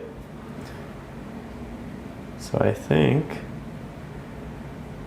this is where we take a little break from said highlight. Can let this dry, and then we can go in with our moss, which will then allow us to go in and apply our water, because we want to apply our water on top of everything else, because our water will be flowing on top of everything else, and it'll just be the most pragmatic, easy way of putting that pigment on. Okay, so we are back. That is clean. This is fully dry. We have some fresh pigment on our palette, and we're going to add some greenery to this. So I'm going to begin by making my brush nice and damp. This is all dry as well, so I'm not going to worry about it. That said, we are going to begin with a cooler green. So we're using our sap to begin with. We're grabbing some Oxide Black. We're going to make it even cooler, a little more akin to the color of the rocks by adding in some blue. Make a nice shadowy green. Then we'll add a hint of titanium white, not too much. And if we make the color a little bit too desaturated, we can just throw back in some green. Now, we're going to apply this initially with the smaller flat-headed brush. This is going to be a really fun step because we are finally adding a good amount of color into the painting. So we're going to start tapping in where we want this greenery to be long term. Now this color specifically is going to look the best right next to darker areas, So you can see right here, finding it in the shadow, working its way up. That looks really nice because it's a close value to that of the shadow, where if we place it right up here in the highlight, it might be a little bit too stark. That's okay because the goal long term is to cover it up with a brighter green and use this green as a transition underlayer, but recognize that it might look a little off initially. That said, we are going in, we are applying lots of this greenery throughout our rocks. Already a big fan of what we're creating here. And tying it into the top quite well. Now this is one of those things where you can do it on just a couple of rocks and then you can switch to a more bright pigment, finish off what you've done, or you can do what I'm doing right now, which is doing a lot of rocks all at once, and then we'll switch to the highlight once we have a good base in there for the majority of it. No real right or wrong, more so just dependent on how you like to paint. I think we'll have quite a bit of green up in this top area, especially towards the back of this. And we're using the smaller brush because we want a lot of detail, want a lot of little openings. And again, we'll just slowly work this into the rest of the painting. In the reference photo, almost all of this is covered in moss. I'm not going to be that excessive with it, but we are going to have a good deal over to the sides.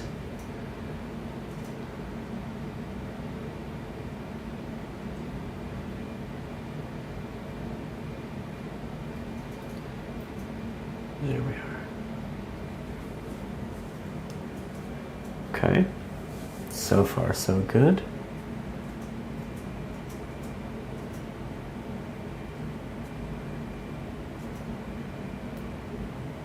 Often get moss in the more shadowy areas anyway, since it is a type of greenery that typically likes the darker, more damp spaces.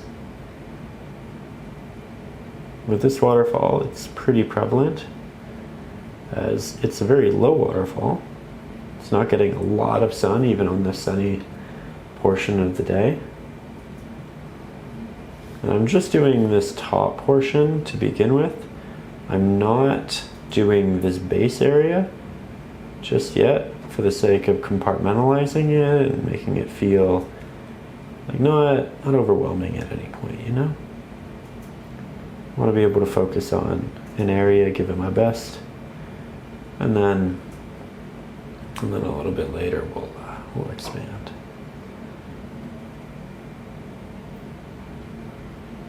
You can even add in your highlights to these before expanding, but I think just for the sake of making sure that these progress well into each other, I actually will go down when I'm done with the top. And then we'll do the highlights for the top and this middle portion at the same time. But again, that's a personal preference decision. You are more than welcome to approach it how you like.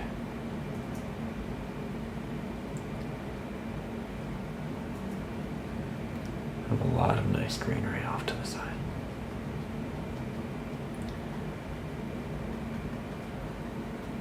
Okay, so from there, I think we'll get you a little bit closer and we'll continue in this section. I also adjusted the white balance on the camera, so you should see it a little bit more accurately, the colors.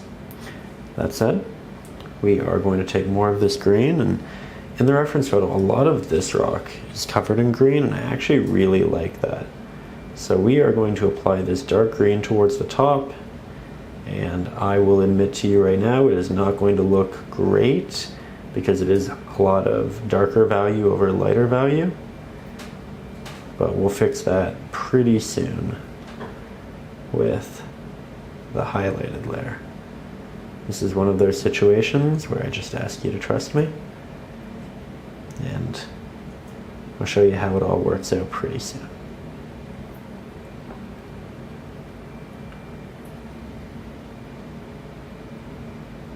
Using the highlights as essentially little tracks for my highlights, but I am doing a lot of tapping. We're not applying this to every little bit of it. We are leaving openings. Some applications of green are less prominent than others.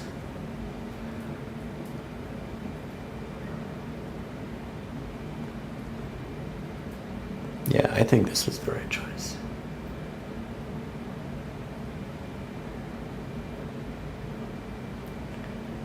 Okay. Now I have a very watery mix, and I'm almost just doing a glaze over the remaining highlights in the center. So you still have a variance of values, but just like that, it's a little different. We have some greenery towards the bottom of this rock, but not so much at the top.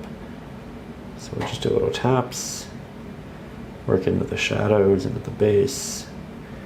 I like that. I think this side rock should also have quite a bit, predominantly coming over from the darker right-hand side. I'll do a bit more over there. I'm really excited to add the highlights now. It's one of those situations where you can really envision it, and you know where you're going with it. You know it'll work out. You just need to put in a little bit more time.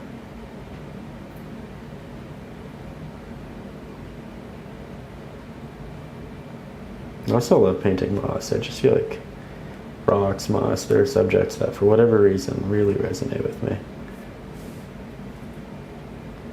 Grew up with a lot of little rivers and creeks around. Maybe that's why. Maybe this is just one of those things you grow up with, and then it always kind of has that nostalgic appeal. Maybe just because it's a beautiful subject. You know?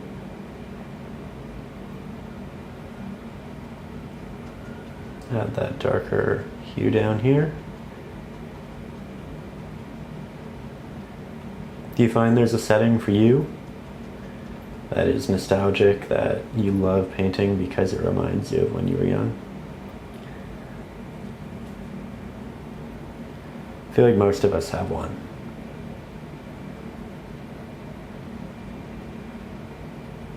My parents are big photographers. They love taking pictures.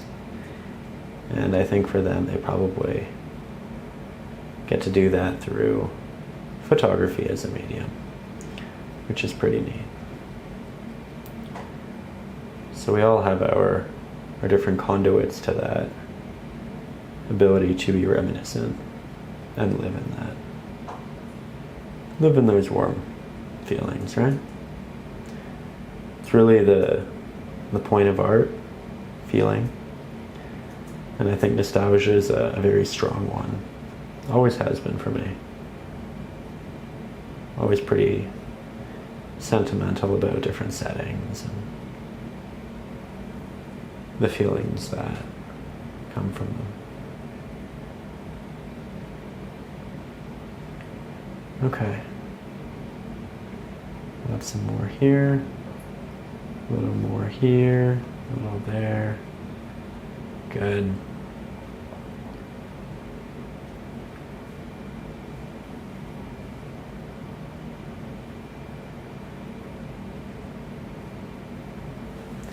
I like that.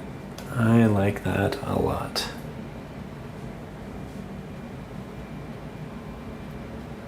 I think we're just about at that point where we start mixing up a highlighted pigment. So, putting down the liner, picking up the larger flathead, adding more titanium white to the mix, and for the first time, green gold. Beautiful color. not a lot of work to mix. You can see there are variations within it, very much intentionally so. And then right across the top here is where we need to initially focus. You can see just how bright this is in relation to what we already had on the canvas. It isn't really that bright of a color. You can see just how much brighter of a color you could get. But that's because we are lower in the painting and the light isn't going to travel as far down as predominantly. So I do the tops when I have a lot of fresh paint, and then once I have just a little bit left on the brush, a little bit of water, I'll kind of move down into the negative space where I still want some of this color, some of this highlight, but I don't want a grand amount. So it gets a little bit more subtle towards the bottom. We can add some more highlight over here. We don't want too much off to the side because we don't want to push the eye off the painting, so I'll take a little break from there.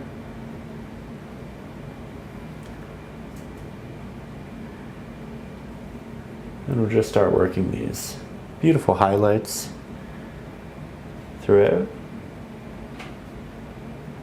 Yeah, up towards the top you can see when we apply it, it just doesn't look that bright because it's challenged by those highlights, which is good. It shows we have a pretty dramatic range.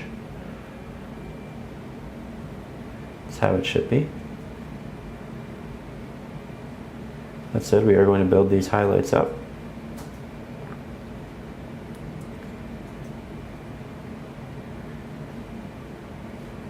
Bring that down here. Have that work its way out.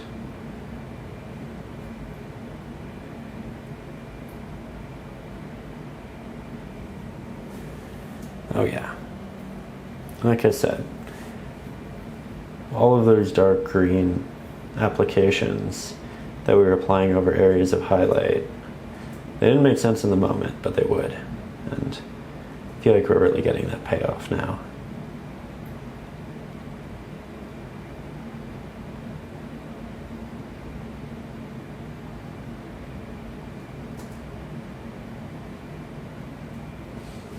There we go.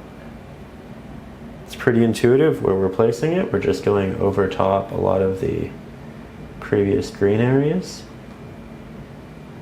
and building those up through highlight. Only applying this though where the sunlight I feel like might catch a little bit of it. Right, so when we get really far over here, it's just hints and subtle amounts. Right where you have the real light there, you can have more. But back here, we're just using hints of the watery mixture that's left on the brush after our primary applications. There's some real light through here, so we could have some real highlight. Maybe towards the top here.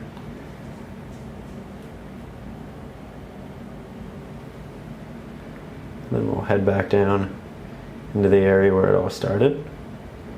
Build that up to a greater degree because this is where most of the moss is going to be. It's a pretty bright area. It's not getting a lot of shadow cast on it. And now that we have all the other areas established, we have a better idea of how much light and texture we can build here without it becoming too distracting. Beautiful. Doing great.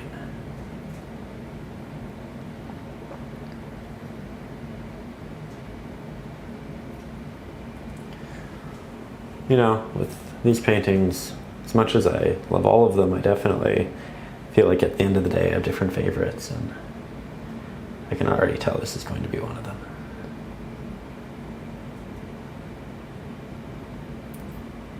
Makes the process quite fulfilling.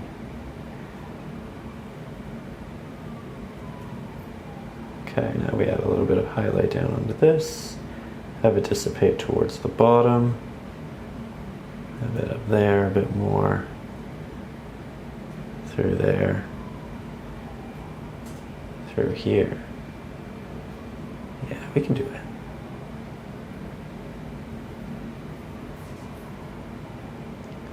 Haven't even added the water yet. It is a waterfall without water. Soon though.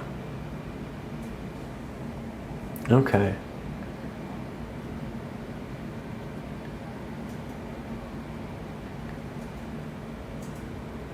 Definitely more opportunity through all of this highlight. It's a very bright area. Okay, now we'll pull the camera back a little bit so you can get a wider view. I think we will make an even brighter variant. More titanium white, more green gold. Again, with some variance in it. We'll apply some extra highlight onto there, onto there. I think the top of this shelf is something I want to be quite bright, if not the brightest, with the exception of what we do right up there. We have a little bit of that highlight work its way down, but just a little bit. We're keeping the majority of that highlight in the central areas. We'll do a little bit off to the side, but for the most part it's right in here. Hint there, hint there. Just so it looks like the light's bringing itself down and we're really catching this special moment with it. Now we'll incorporate this into the top where you can see it actually fits in really well. Much more akin to the pre-established highlights that we had. So that's nice.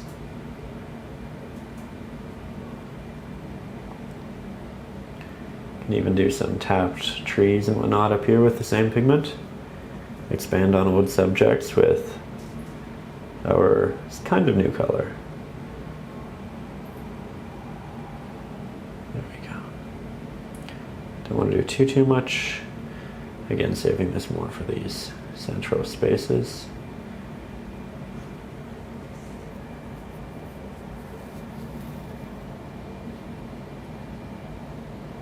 I want to do little taps, try to create extra details.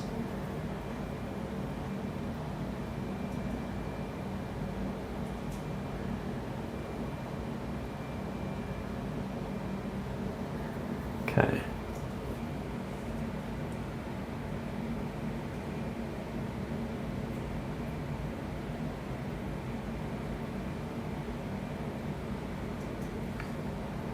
Trying to be careful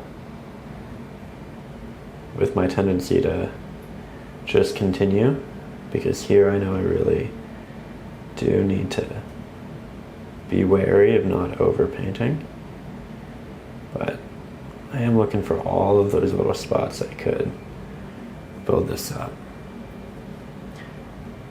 Now I think we'll take the excess pigment off of our brush. We will do one more brighter iteration.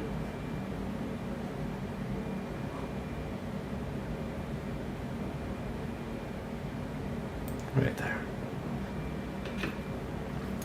Going to be working very specifically in this space. Going to grab very minute amounts of paint because I don't want large taps here. I want very, very tiny, very intentional bits of light.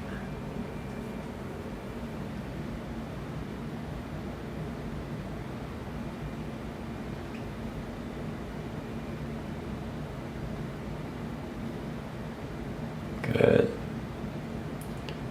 Good. Good. I like that.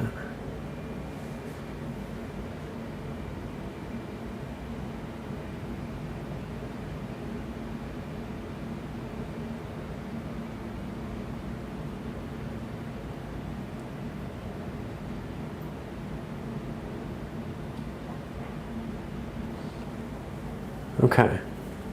I Love how that turned out. I think we have a really good amount. I am going to be very cautious of not overdoing it right now, and instead I think we let all of this dry, we clean our brushes, and then we come back in and we start working on the water in the waterfalls. Okay, so we have cleaned our water and our brushes. We are going to start working on the water, which will trickle its way down here, and then it'll move its way over here.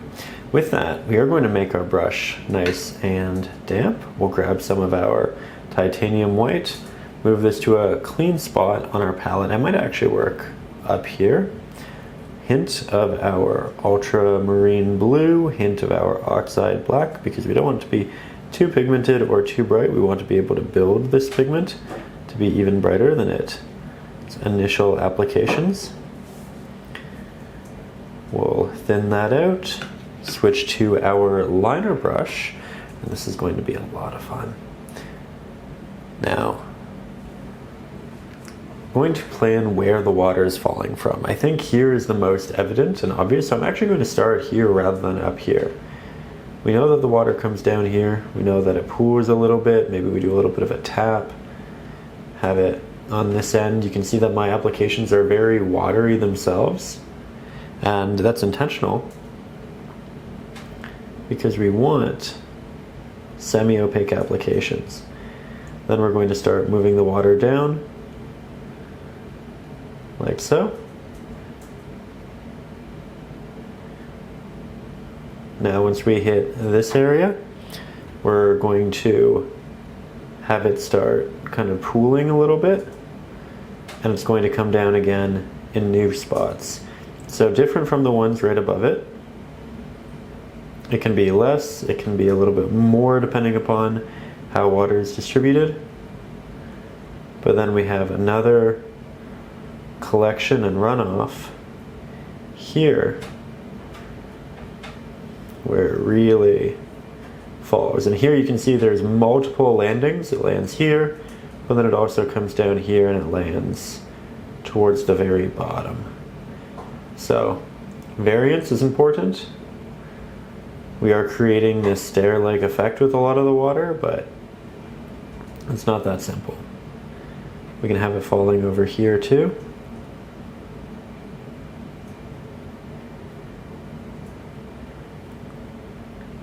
And it's really cascading towards the bottom.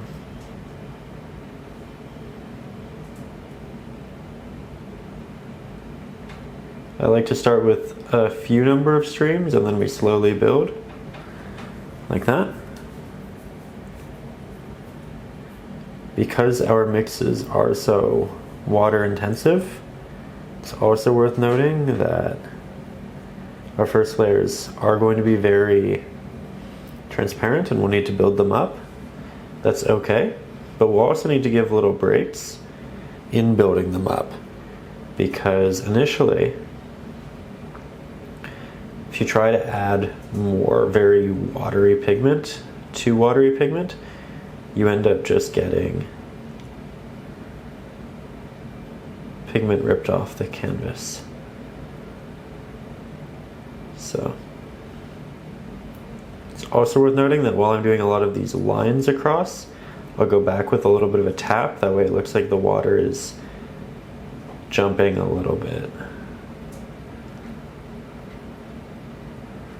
There we go.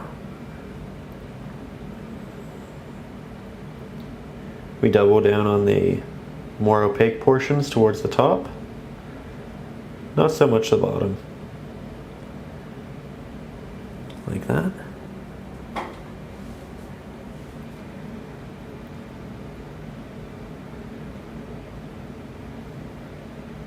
And because it's a diluted titanium white, it's not a pure titanium white, we're going to have room to brighten this and make it pop more substantially throughout the process, which will look really nice.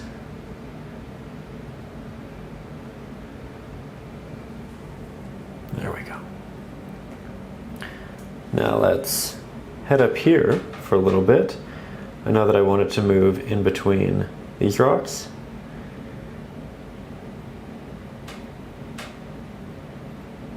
So we'll have it fall to there, kind of comes off of this rock. Maybe on top of there. Beautiful.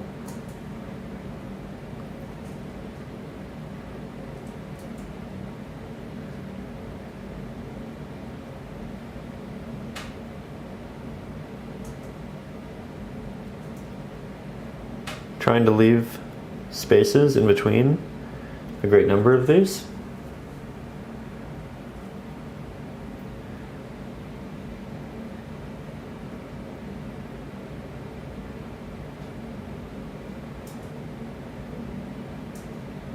Because we're doing this in small amounts, this is going to look rather unfinished next to this, but just keep going. We will get there.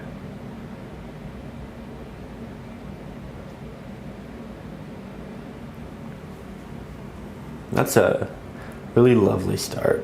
I think once we build this up, it'll really start making sense.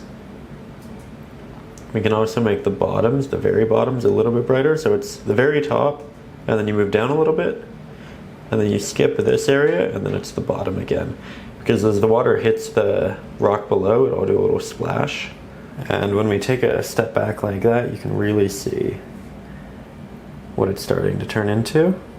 That said, let's do a slightly brighter mix. So no Oxide Black this time. Still using the Ultramarine though. That's important. A little bit less water in this mix. And then we go in to find the areas that have dried. So I think this is probably pretty safe.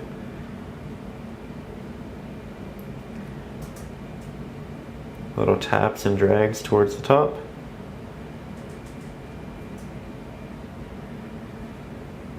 Good.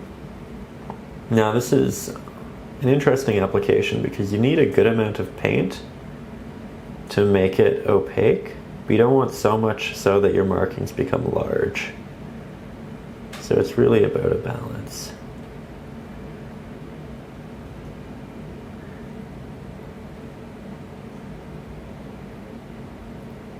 You can see I'm starting with a lot of the horizontal movements.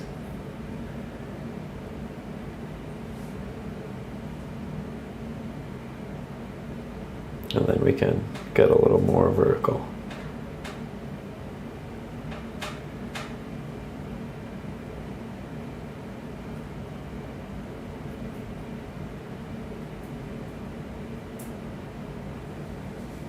There we go. Starting to look significantly stronger. The actual movements in the water. I think I might have a little too much water on my brush there. Go back for more actual pigment.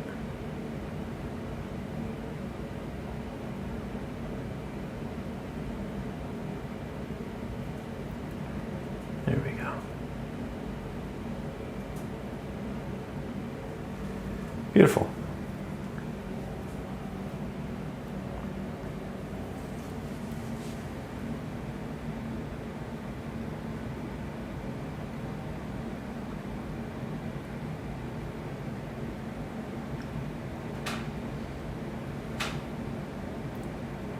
Talked a lot about the joy of painting rocks and moss earlier, and I know at this point it's sounding like I'm saying that about every subject, and that's fair, but it's also so much fun to paint water, especially when it's falling.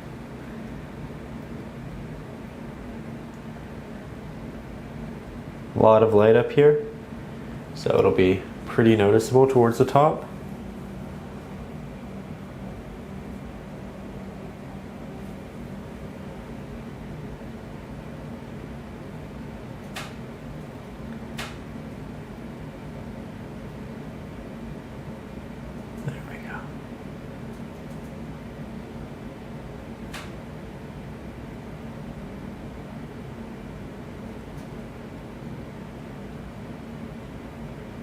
And you can see that we're slowly filling it out, adding more water to these areas. Started with just a little bit, and we expand.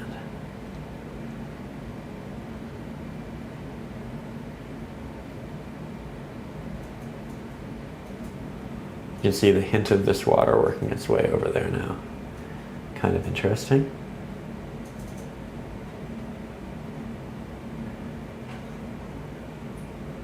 Again, little taps towards the bottom.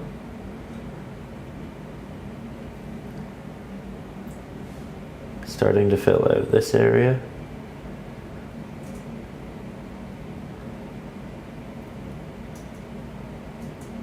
Really thin markings here and there, just to show volume and detail.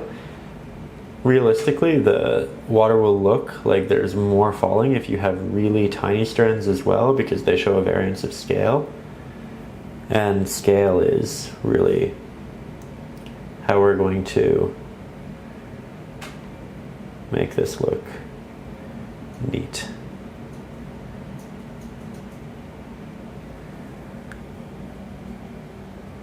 Okay.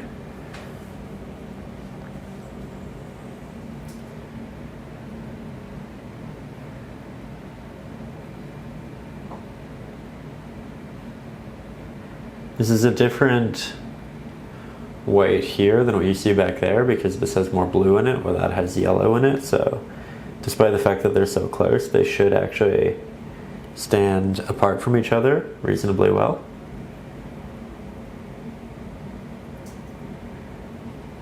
Might do a singular a little bit through here. Maybe it's a longer fall.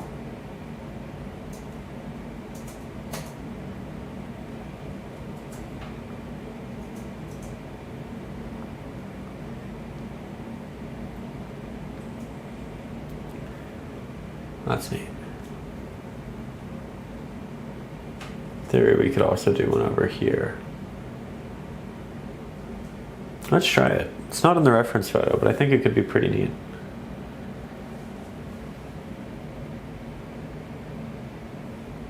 A little bit of pooled water. So far so good. Because this is inset, the water would probably be falling towards the very bottom. So we are doing some elongated strokes here.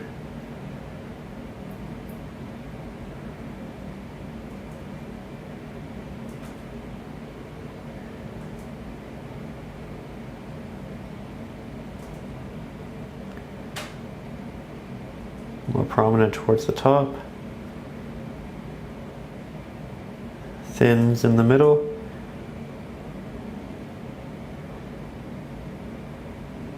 Like that. Ooh, I love that. Okay, I'm glad we took the chance, because I think it really paid off for us right there.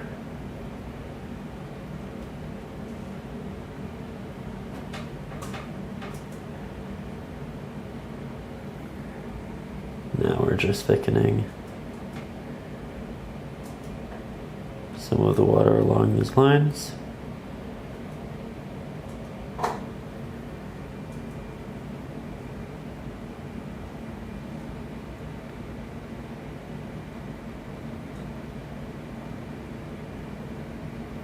There we go.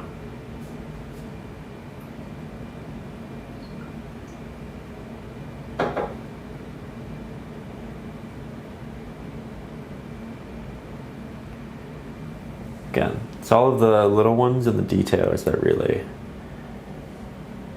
bring it to life. That said, well, we could definitely do more with this. I think at this point, I'm very happy with the base of water that we have, and I want to build this out to see if I want to do more up here. So, you know what, I say that and immediately I want to thicken some of the areas towards the top. I looked in the viewfinder, which essentially lets me see the painting from farther away, and it just revealed that I think we could do a little bit more up here. Yeah, I do like that better. Towards the tops, I like to make the water a little bit more abundant. areas where it's a bit more dense in the center area, so less broken apart and more opaque, more full, like that.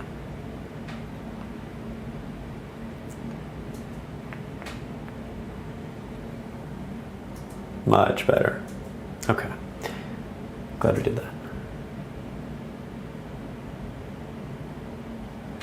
A little more there, a little more there, a little more here.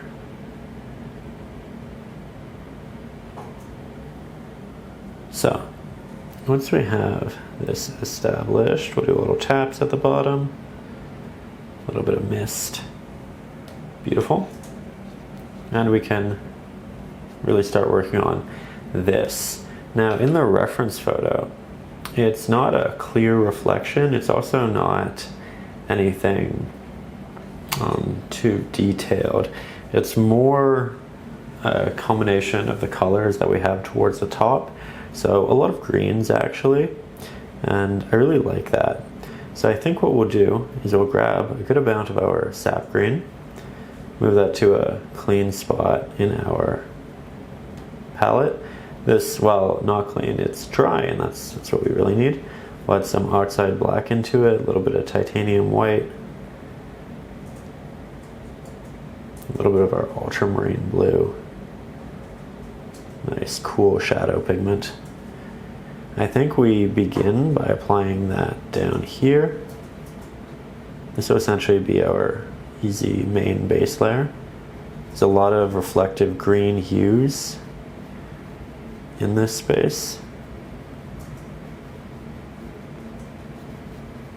Just like that. Have it wrap around.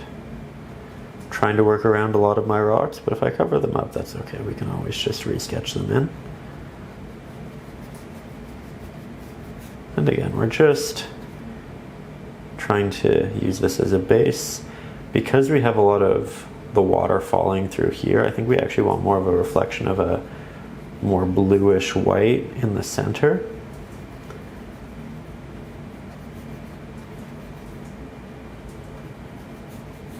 And as we get farther away from it, it'll get more green. So we'll do this along these outskirts, have it work its way down through here. We have a nice little rock formation in the middle. Yeah. Okay. Now, we'll grab some of that blue, titanium white, Oxide Black. Work that as part of our reflection right through here. It's okay if it has some green in it because we have a lot of reflective greens. We work this out into the rest of it, to this area.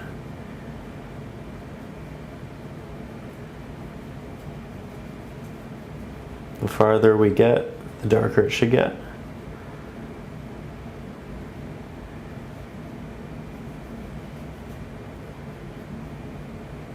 So far, so good.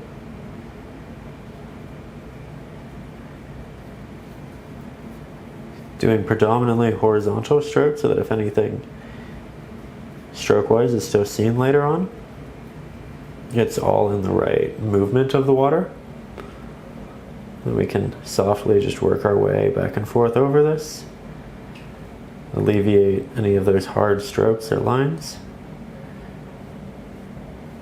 Blend the nice brighter pigment out a couple different directions.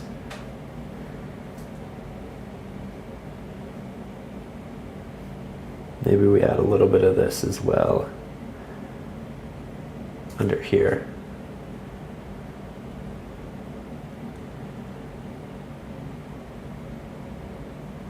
And see where these are. I'm also trying to create the visual notion of a little bit more of it. So it's not a pure reflection, it's not sharp, but it does have the general feel of that which is around it. There we go. Oh, I love that. That's pretty perfect. Okay. Now, far from done with the water, but a good start. I think what we do next is we fill in this little area, because admittedly I forgot to do that. There we go. Oh yeah, I really like that. Good. All of these rocks are going to cast light shadows. We need a darker version of what we are currently working with. And if we want, we can incorporate a little bit of our burnt sienna, a little bit of our ultramarine blue into it. We can say that'll be right under this rock. We can say it'll be right behind this rock. Right behind this rock. And then it's horizontal movements. Right behind this rock. You can see there's a general rule set. Every time there's a rock, right underneath, right behind it, we add this darker hue. We can also use this towards the edge here. Then we can also use this over here, right under there, right under this one. If you're wondering how my paint's still wet, it's just because I've been keeping my brush fairly wet. It's helping me with the current blending process. But yeah, water came together very quickly, very easily there. We can definitely go back in and do more to it to further elaborate on our applications, but I think this is actually a really nice strong start.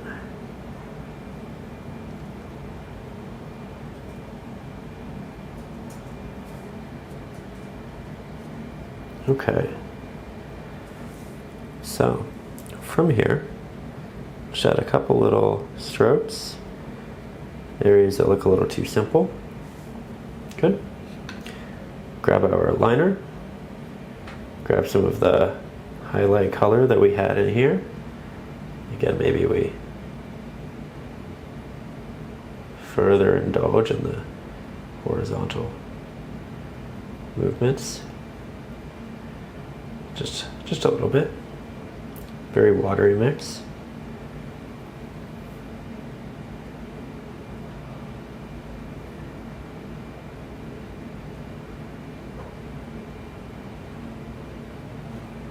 Good.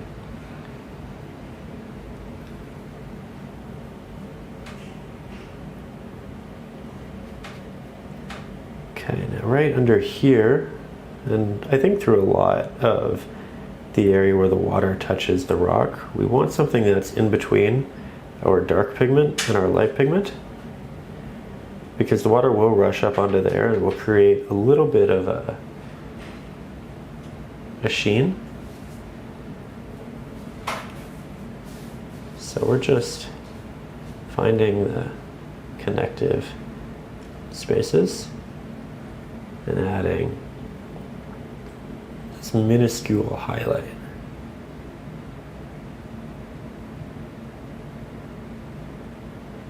Like so.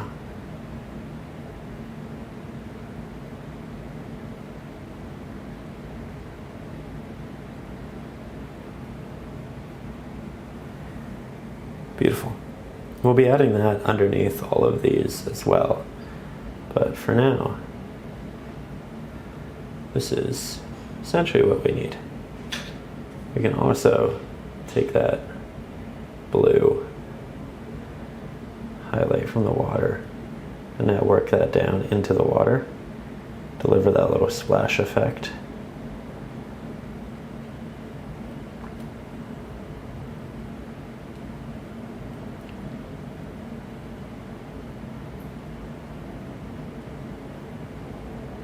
Have it work its way out.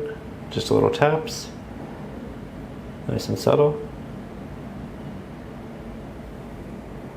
Making sure that the rocks do in fact meet the water. The falling water does meet the water down here. Okay, so we're back, and at this point I'm really happy with the painting. I think that we're at a very strong point. I think once we add the darker elements right through here, we add that vignette, it'll really taper into that center area. And while we could, again, elaborate on a lot of this water and even the reflections, I don't think we do any of that before we work on the edge. So we are going to pick up the larger flat-headed brush as we do. We're going to make a couple of mixes. I want to work some of these rocks wet into wet, so we'll be applying the shadows and the mid values at the same time. And that means, again, mixing multiple different pigments. I'm going to do so on top of here because it's dry. However, make sure that you're not working in an area that is still wet. With that, we're going to start by creating the mid value mix. So I'll grab some titanium white. You can see that it has some green in it, and that's just because that pigment here was diluted. Not really an issue. I don't mind if my rocks have some green in it. It'll actually make it more cohesive. So we'll start by just throwing this right there. We'll grab a little bit of our Oxide Black, grab some of our burnt Sienna, a little bit of our Ultramarine Blue. That's a nice color for a rock. Maybe some of it's a little more burnt Sienna heavy. Some of it's a little brighter. Some of it's a little more blue heavy. You just want a variance. So that is our initial pigment for the mid values. For the darker values, we'll move over here. Just add more Oxide Black, more Ultramarine Blue. Nice and easy. Now for this darker pigment, I'm going to think about the areas that are receiving the least amount of light. So if the light's moving this way, we say, okay, it hits the side of this rock and then the back is dark. It hits the front of this rock and then the back is dark. It hits this side of the rock and the back is dark. Same goes for here and here, here and here, here and here. So it's a pretty simple rule once you get the hang of it. We have some little rocks in there as well, but I think we will begin quite simply with this side and this big rock. We have a lot of pigment on our brush, so I want to start in a pretty big area for the sake of getting it off the brush and not being wasteful. So we'll just work that down there, work it up. You can see that we are not approaching the edge with this. Now I'll work on a different rock behind it and towards the bottom. I'm gonna have a couple rocks in here, so we'll get a little more playful with this application. And we still have pigment on our brush, so we might as well get that off somewhere. Over here is good. Now, we'll clean our brush. We don't have to do it well because these pigments are all meant to go together and blend together. And we'll add our first layer of rock over here. Then we'll do a little blend. The blend is going to be done through a bit of a tap. There will be little cuts inside. That way there are areas that look a bit sharper, a bit more line work heavy. But the whole idea here is that we have a light and a dark area. Let's head on to this side. Work that into there. Work that up there. Again, nice and easy. Grab more of that highlight. And this is okay if it's a little scratchy, if it's void of real detail at this point. Right now we're just getting the bases figured out. It also doesn't have to be that detailed right now. I think because it's all adjacent to our finished areas, we're going to look at it and we're going to think, oh no, this is not what I wanted to do with it. But we need to remember the fact that this looked very rough for quite a long period. And that's just the reality of your base layers. And that's okay. So we are going in with that understanding, building up our rocks from the ground.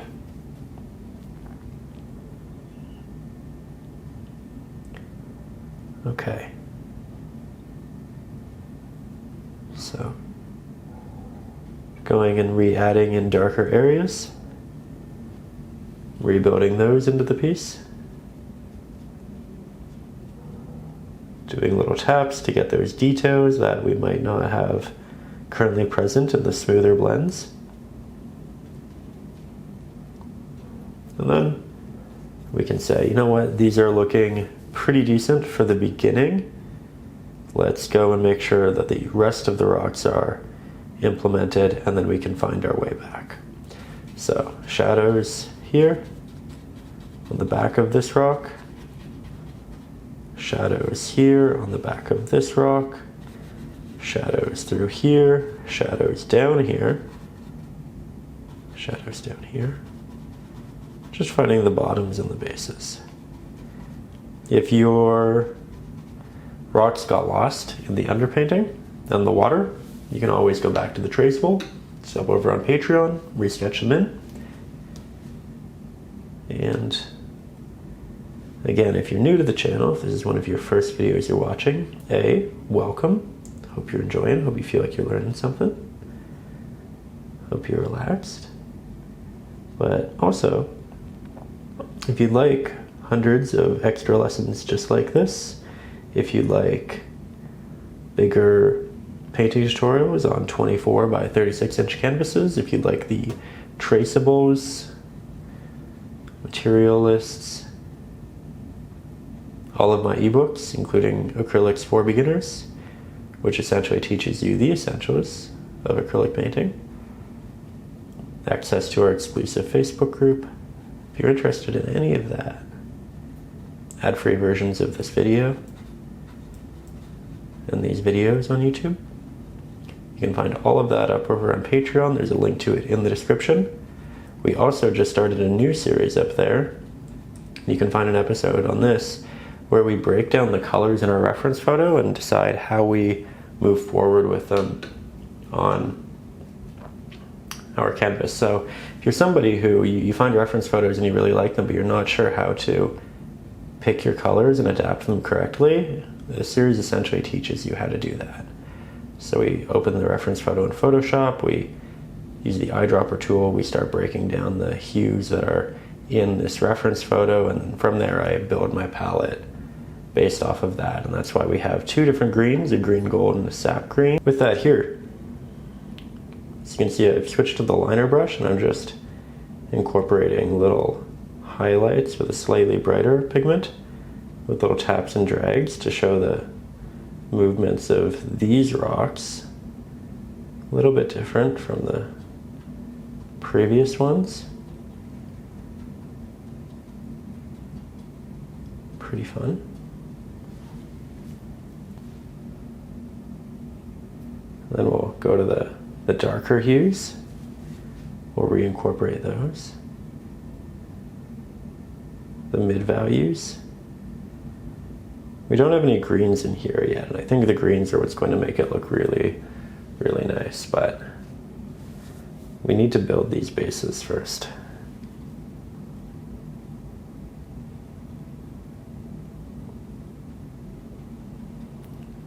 It's a lot of foundational tapping.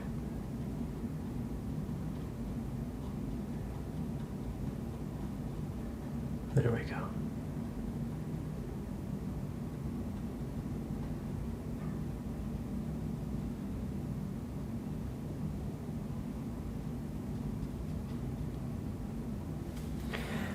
Now, I think we go back to more titanium white. We work that towards the top.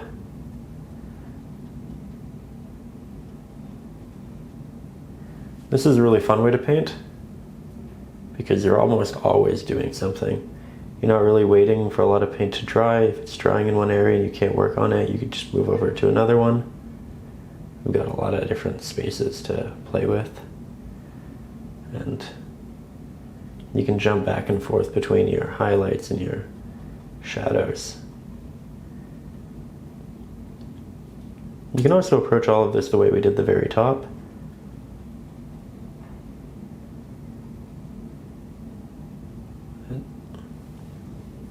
think these are great bases. Kind of funny to see the less developed ones versus the moderately developed ones. We'll get there though. I think I want to redo a lot of my shadows next. We do still need some titanium white in there. Not too much. I want this to be a little bit darker than our current shadows because I think they have some room to be deepened. Yeah, just like that. You can see how dark those darks are. We want them to be at least that dark. As you move closer to you in a painting, typically you increase the depth of the shadows and the highlights because you have less atmospheric reflective light. We have a lot of that light up here. Down here, however, you have more of the innate coloring of subjects.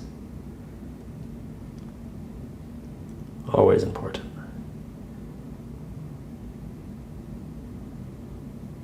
Okay, this is a little sunken in area, a little darker. This can be a little bit darker. Creating a separation between this and this. Very good.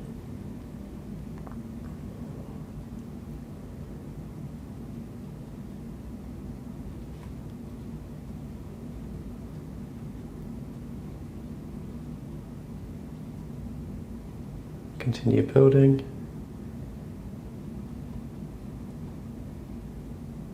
And you can see that we're softening a lot of the shadows too. You don't have to keep them distractingly hard. Work these into the base.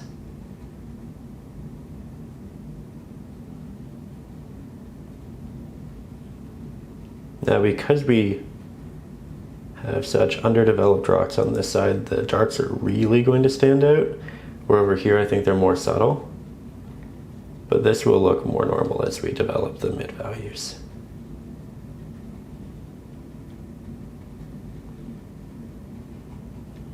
Just doing a myriad of taps and drags to develop texture.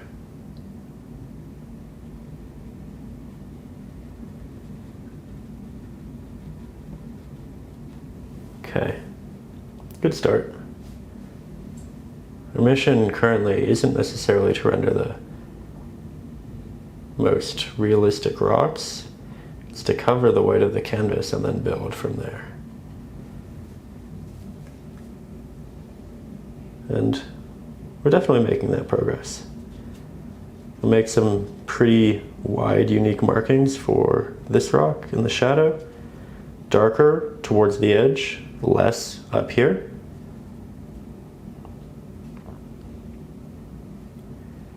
Same for this, though I'm doing some very directional taps to create something that feels a little bit more shelf-like. Kind of like these, but more vertical. And I really love those movements. I think that's pretty neat. Now I want to make these more subtle, so I'll go in with softer taps, less pigment, more water.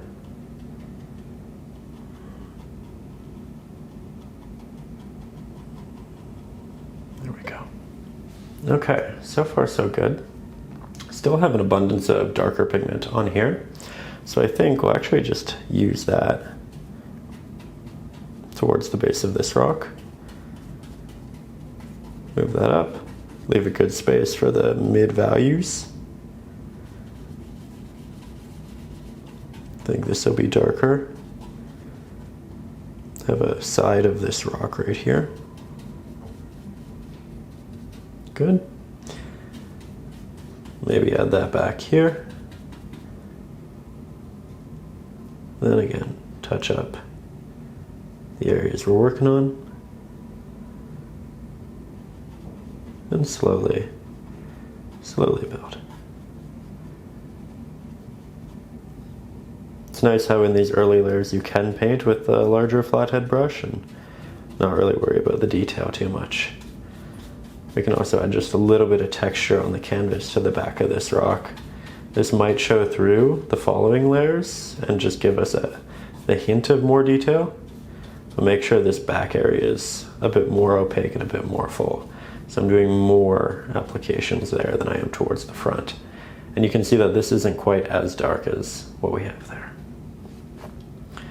With that, more mid-value, titanium white, burnt sienna, ultramarine blue, oxide black to desaturate. Beautiful. Let's start here.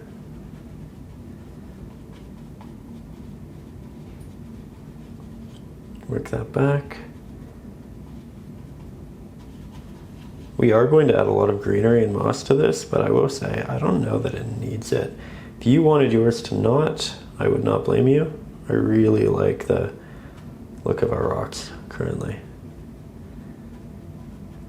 Adding in some of these darker mid-values into these sections.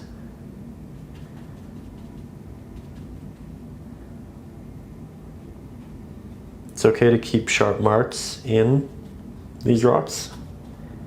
It doesn't all have to be smooth, and in fact I think it's a lot better if you do keep some brush strokes in.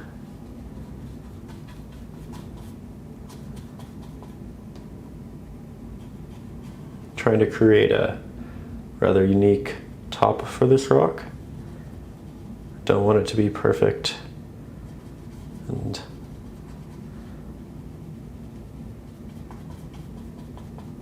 predictable. We want divots, we want intricacies, we want more interesting elements.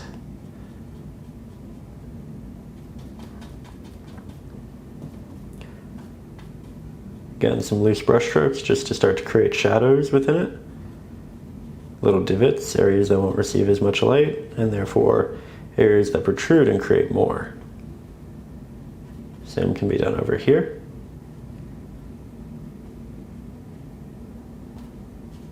You can still see little bits of canvas showing through, but that's okay.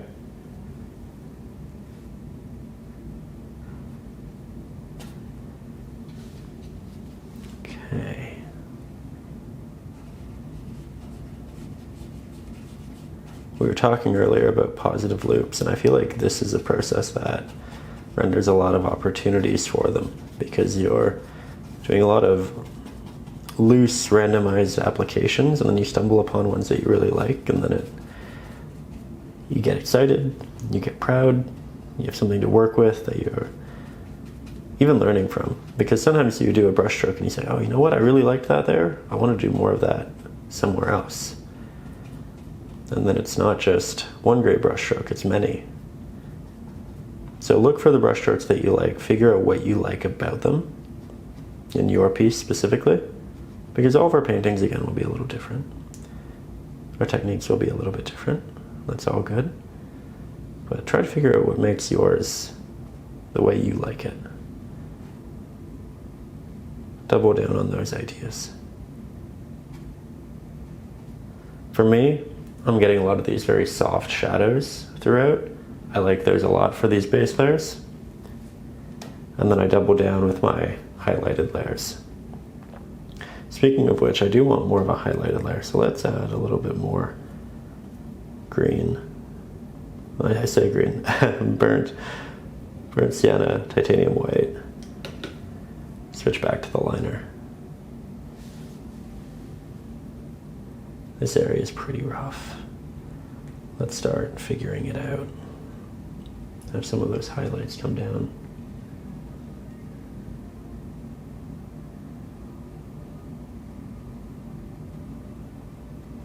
My brush has some extra green on it that I didn't intend, but positive loops, I actually really like how it's changing the color and making it more unique.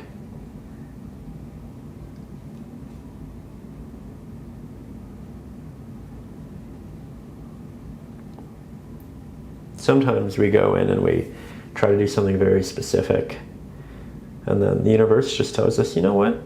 No, you're supposed to do something else. And you listen and you say, okay, I'm all yours. What do you want to show me? And in this case, it showed me that it wanted green in the painting, and I love that green in the painting, so we are leaning into that. I'm going to do less and less of this true highlight as we get towards the edge, because I just don't want the eye to trail off.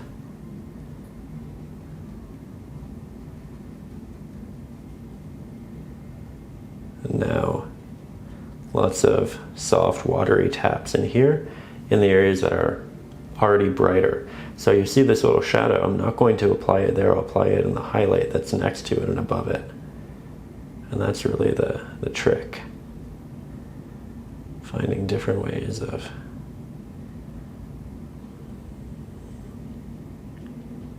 building. There we go. Nice textures. And you can see that the rocks here are a little bit different from there. They're a little bit warmer. Because I think there's more soft light that makes its way up here, where this is a bit more shadowed because the light isn't facing it, it's not touching it. Where the light is touching this, it's soft, so you have soft shadows, but that light does create a warmth in our painting.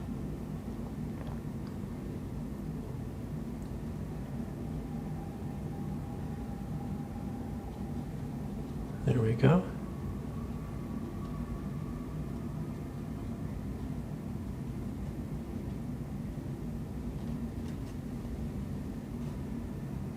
Looks like I need to change the camera battery.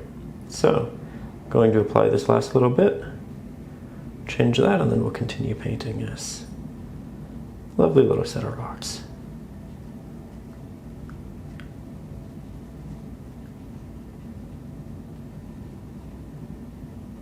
There we go. Okay, we switched the battery, and we can get back to adding highlights amongst the tops of our rocks. So I think this one's a bit more shelf-like, and then there's this darker shadow right under it. So we can kind of create some vertical markings to show the fall, the drop. Doing lots of little taps, it's not just strokes. And building this up. But again, I want to keep this area a little bit darker, as it is that vignette that draws the eye in. So now we create some diagonal markings, and now it feels like it's tall, and then it works its way down into the rest. Yeah, that's really nice. Let's head on over into these. Haven't worked on them in a little while, and they are fully dry, so we have an opportunity to re-establish good highlight. Tap some detail into the shadows, little areas that protrude and catch light. They should be present. Then here we have some little protrusions, which are nice.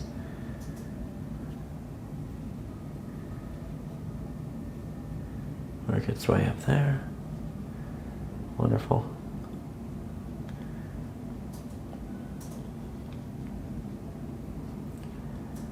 Okay.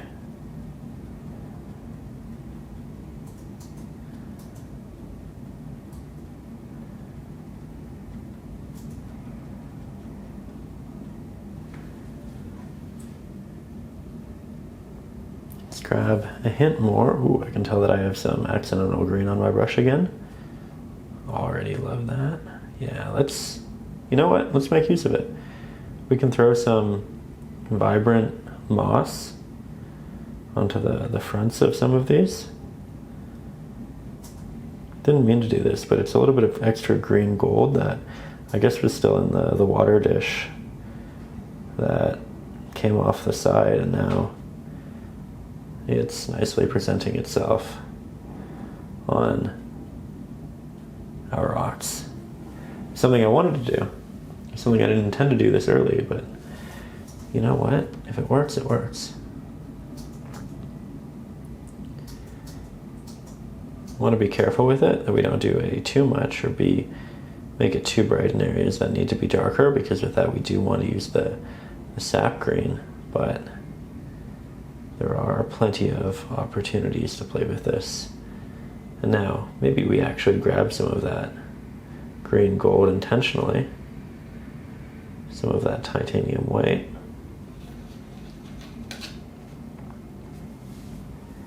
and we say, you know what, this rock will look really nice with a lot of green. Let's do it. Taps in abundance. Very good. I do want the darker sap green though. I think that's imperative. So let's finish off some highlights in these rocks by taking our titanium white, burnt sienna, a little bit of our oxide black, but keep this a very bright mix comparatively.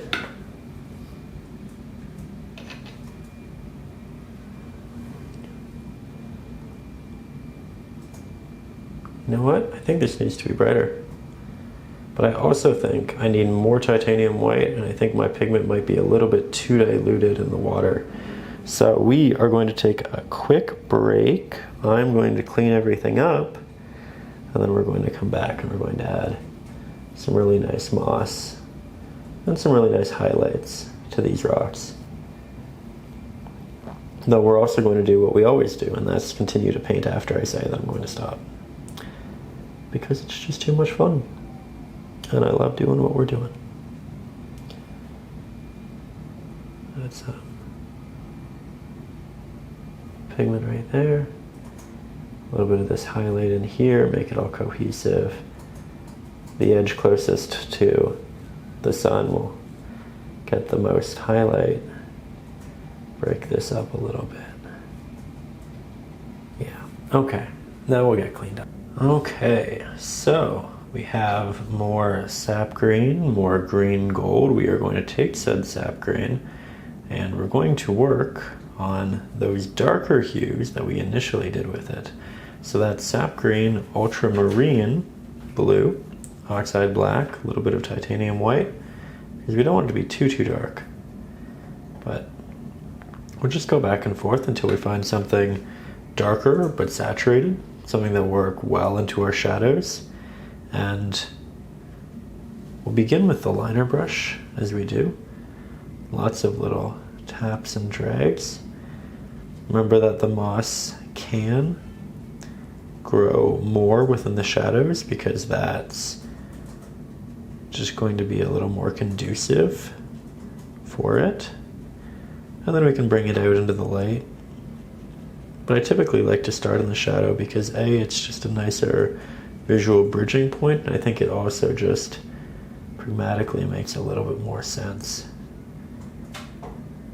So we'll start by just tapping in a lot of this green into those shadows, slowly work it out, and I can already see it next to the green from some of our highlights, and I like it a lot, so that's a good sign right there. Have it working down these areas, which is nice because it was a little flat here, and this will give us an opportunity to interject some good texture. Then I think this is the big rock. This is one where it really matters, so we'll dive into this while we have a good amount of pigment still on our palette. That way our mixes can be pretty consistent, and we'll just continue to do these taps. We'll get you a bit closer. So here we are, grabbing more of that green, heading back into the darker areas. Lots of little taps and drags following those shadows, but then again, occasionally we tap up into the highlights. I think the greens are really important back here as much as I like the rocky colors, just because we need something at the bottom of the painting here to tie us back into the top.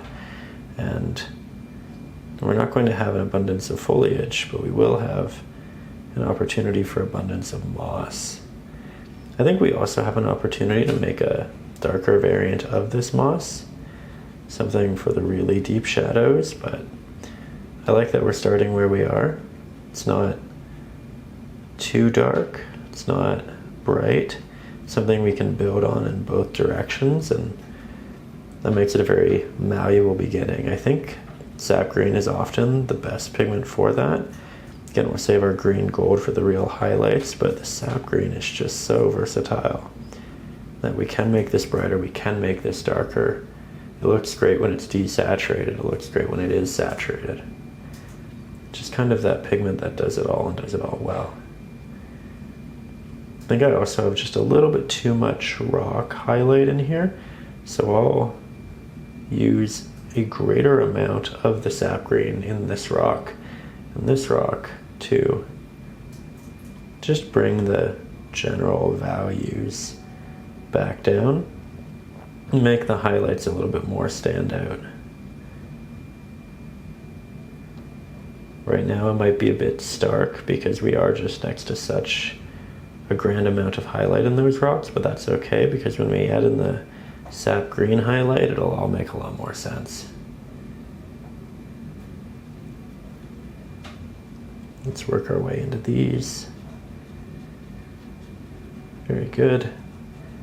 Up here, very good. Oh, I really like this. Okay, now maybe we jump into this one. And maybe this one doesn't have as much of our Sap Green, of our moss. We don't want it to be absolutely everywhere. We don't want it to be all-encompassing. We want it to be here and there. We want it to be balancing everything. Might steal some pigment off of my brush, which still has a good amount actually.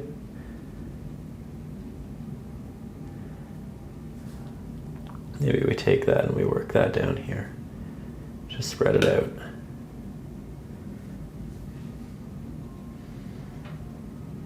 There we go. Now I think I was going to say switch to a highlight, but we still have to do this big rock over here. I think this side will look really nice with a lot of moss. Catch a good amount of highlight, so we'll just prepare it for that. Still leaving lots of little openings. Maybe this area is a bit more flat rock for the most part. And it'll lead down into these darker areas because again, that's where it typically does best. And I was talking about doing the highlight next. I think it actually makes more sense to go into the deeper greens, the deeper shadows, and then we switch to the highlights. So we have one more step before we get to the really cathartic bright greens. But that's okay, the more layers we build, the better this will end up being. So let's just apply these final amounts where they need to be. And we'll switch on over to our darker green.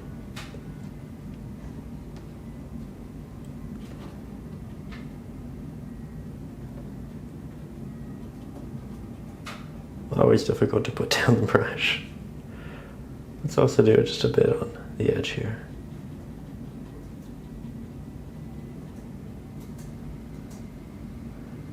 So from here, we dive back into the green gold. I'll apply that into our green. Oh, you know what? I was going to do the shadows. I just mentioned I was going to do the shadows. Okay, we'll grab our Sap Green. We'll grab our Oxide Black. We'll grab our Ultramarine Blue. We'll create the deeper green. And I'm not going to do too much with this, but I do want to apply this into the backs. I do want to apply this into the darker crevices. I do want to create a bit more of a three-dimensional look with it and just further personify the contrast we do get in the foreground, because we do have less of that general reflective light.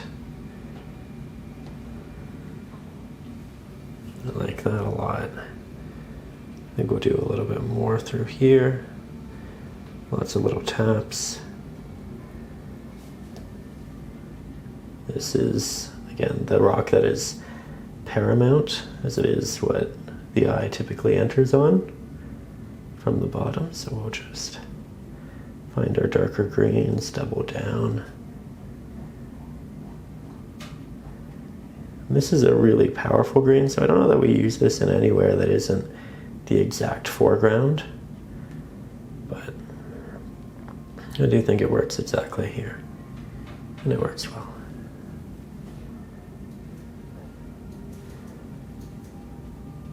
Work that into the back. Very good.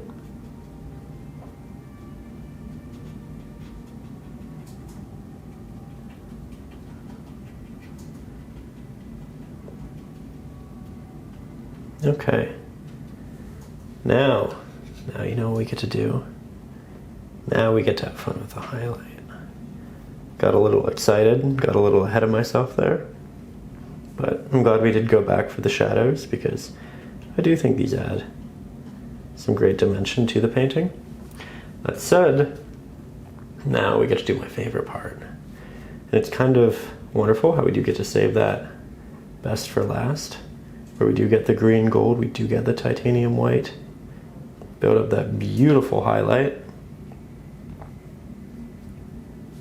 Going to make the camera a little bit brighter for you, just because the sun is setting. Take this, we'll do a little test up here, make sure it's not too bright. It's pretty bright. Let's make it slightly darker. A little bit of our sap green in there. It should still be bright, but not too much. Maybe we start up here. Oh yeah, that's really good.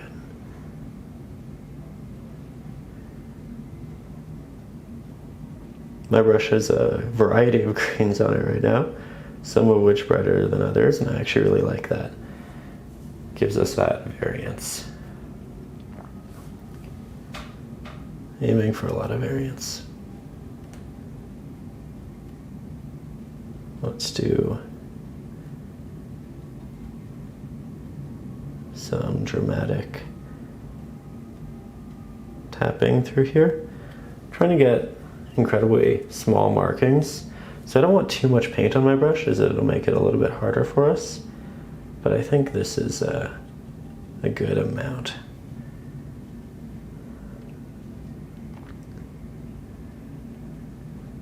Bring that back here.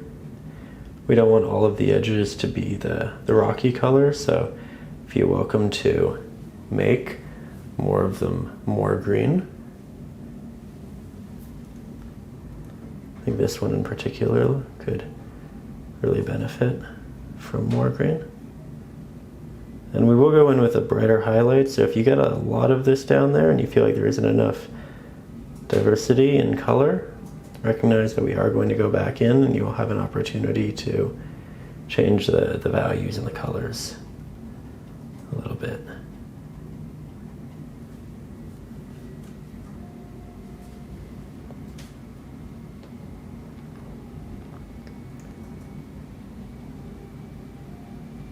Almost doing a little bit of a wash with this right now. It's pretty watery. Not all of my applications have been, but this one in particular, which is nice. Just gives us a little bit of the texture showing through.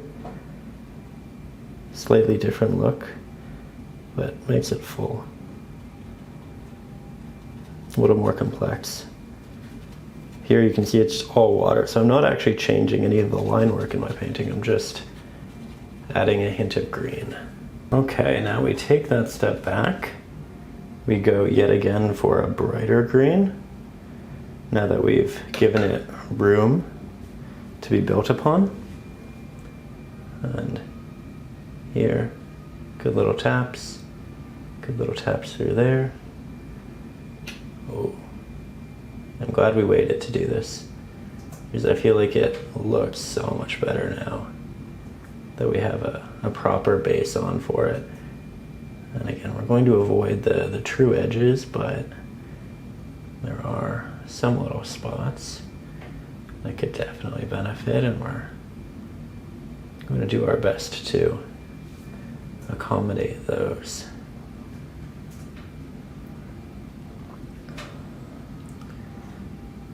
Right down here. Oh yeah, that's what that area needed. Now how about through here?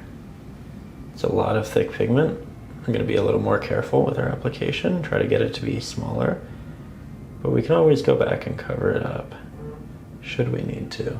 Okay, yet again, we're just changing the view a little bit, trying to make sure that, especially towards the end here, we're balancing everything the way it needs to be.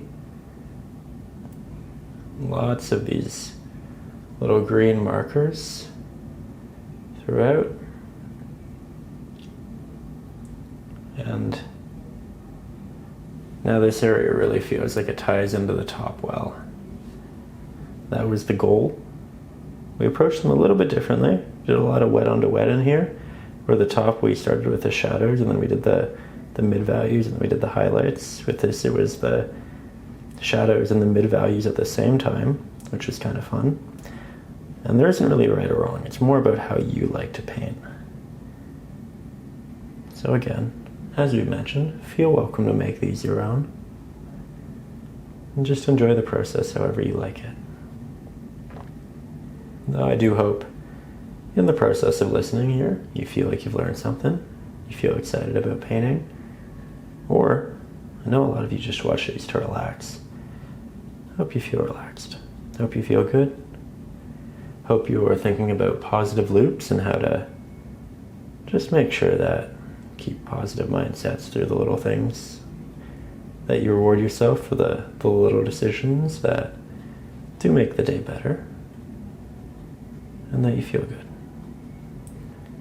This is a lot of fun, and we are coming to a close here, but this really is a real pleasure, and I thank you for joining me for the journey. Again, I will mention that if you'd like help with the drawing process, you can find the traceable up over on Patreon along with the real-time drawing video. You can also get the video where we break down the color palette from the reference photo. You can get a bunch of bonus videos with big 24 by 36 inch pieces. You can get access to our exclusive Facebook group and my ebook. You can get a bunch of stuff up there. It's also just a great way to support the channel. And I'd like to say a big thank you to everybody who is up there already helping make this channel what it is. Wouldn't be able to do this if it wasn't for you. And I am just always grateful for that support. So thank you. With that, I think that is our painting. I think it turned out even better than I initially expected it to. I think that this is definitely one of my favorites of the year. And it's also something that you can get up over on Patreon as well at the new tier. I'll make a post about it in the next day where you can claim it and have it shipped and sent to you. There'll be a bunch of other paintings you can choose from as well, but this will be amongst them, and this turned out really, really well. Thank you for being here. Thank you for making this happen. I very much look forward to our next painting. The next one is going to be a continuation of our larger painting series, and I think we're starting to work on some of the foliage in the foreground, which I'm really looking forward to because it is on a bigger canvas. We can do more detail, and I think that'll be a lot of fun. But again, before the sun sets, thank you for being here. You enjoy your painting process. I will see you soon. And above all, as always, stay creative.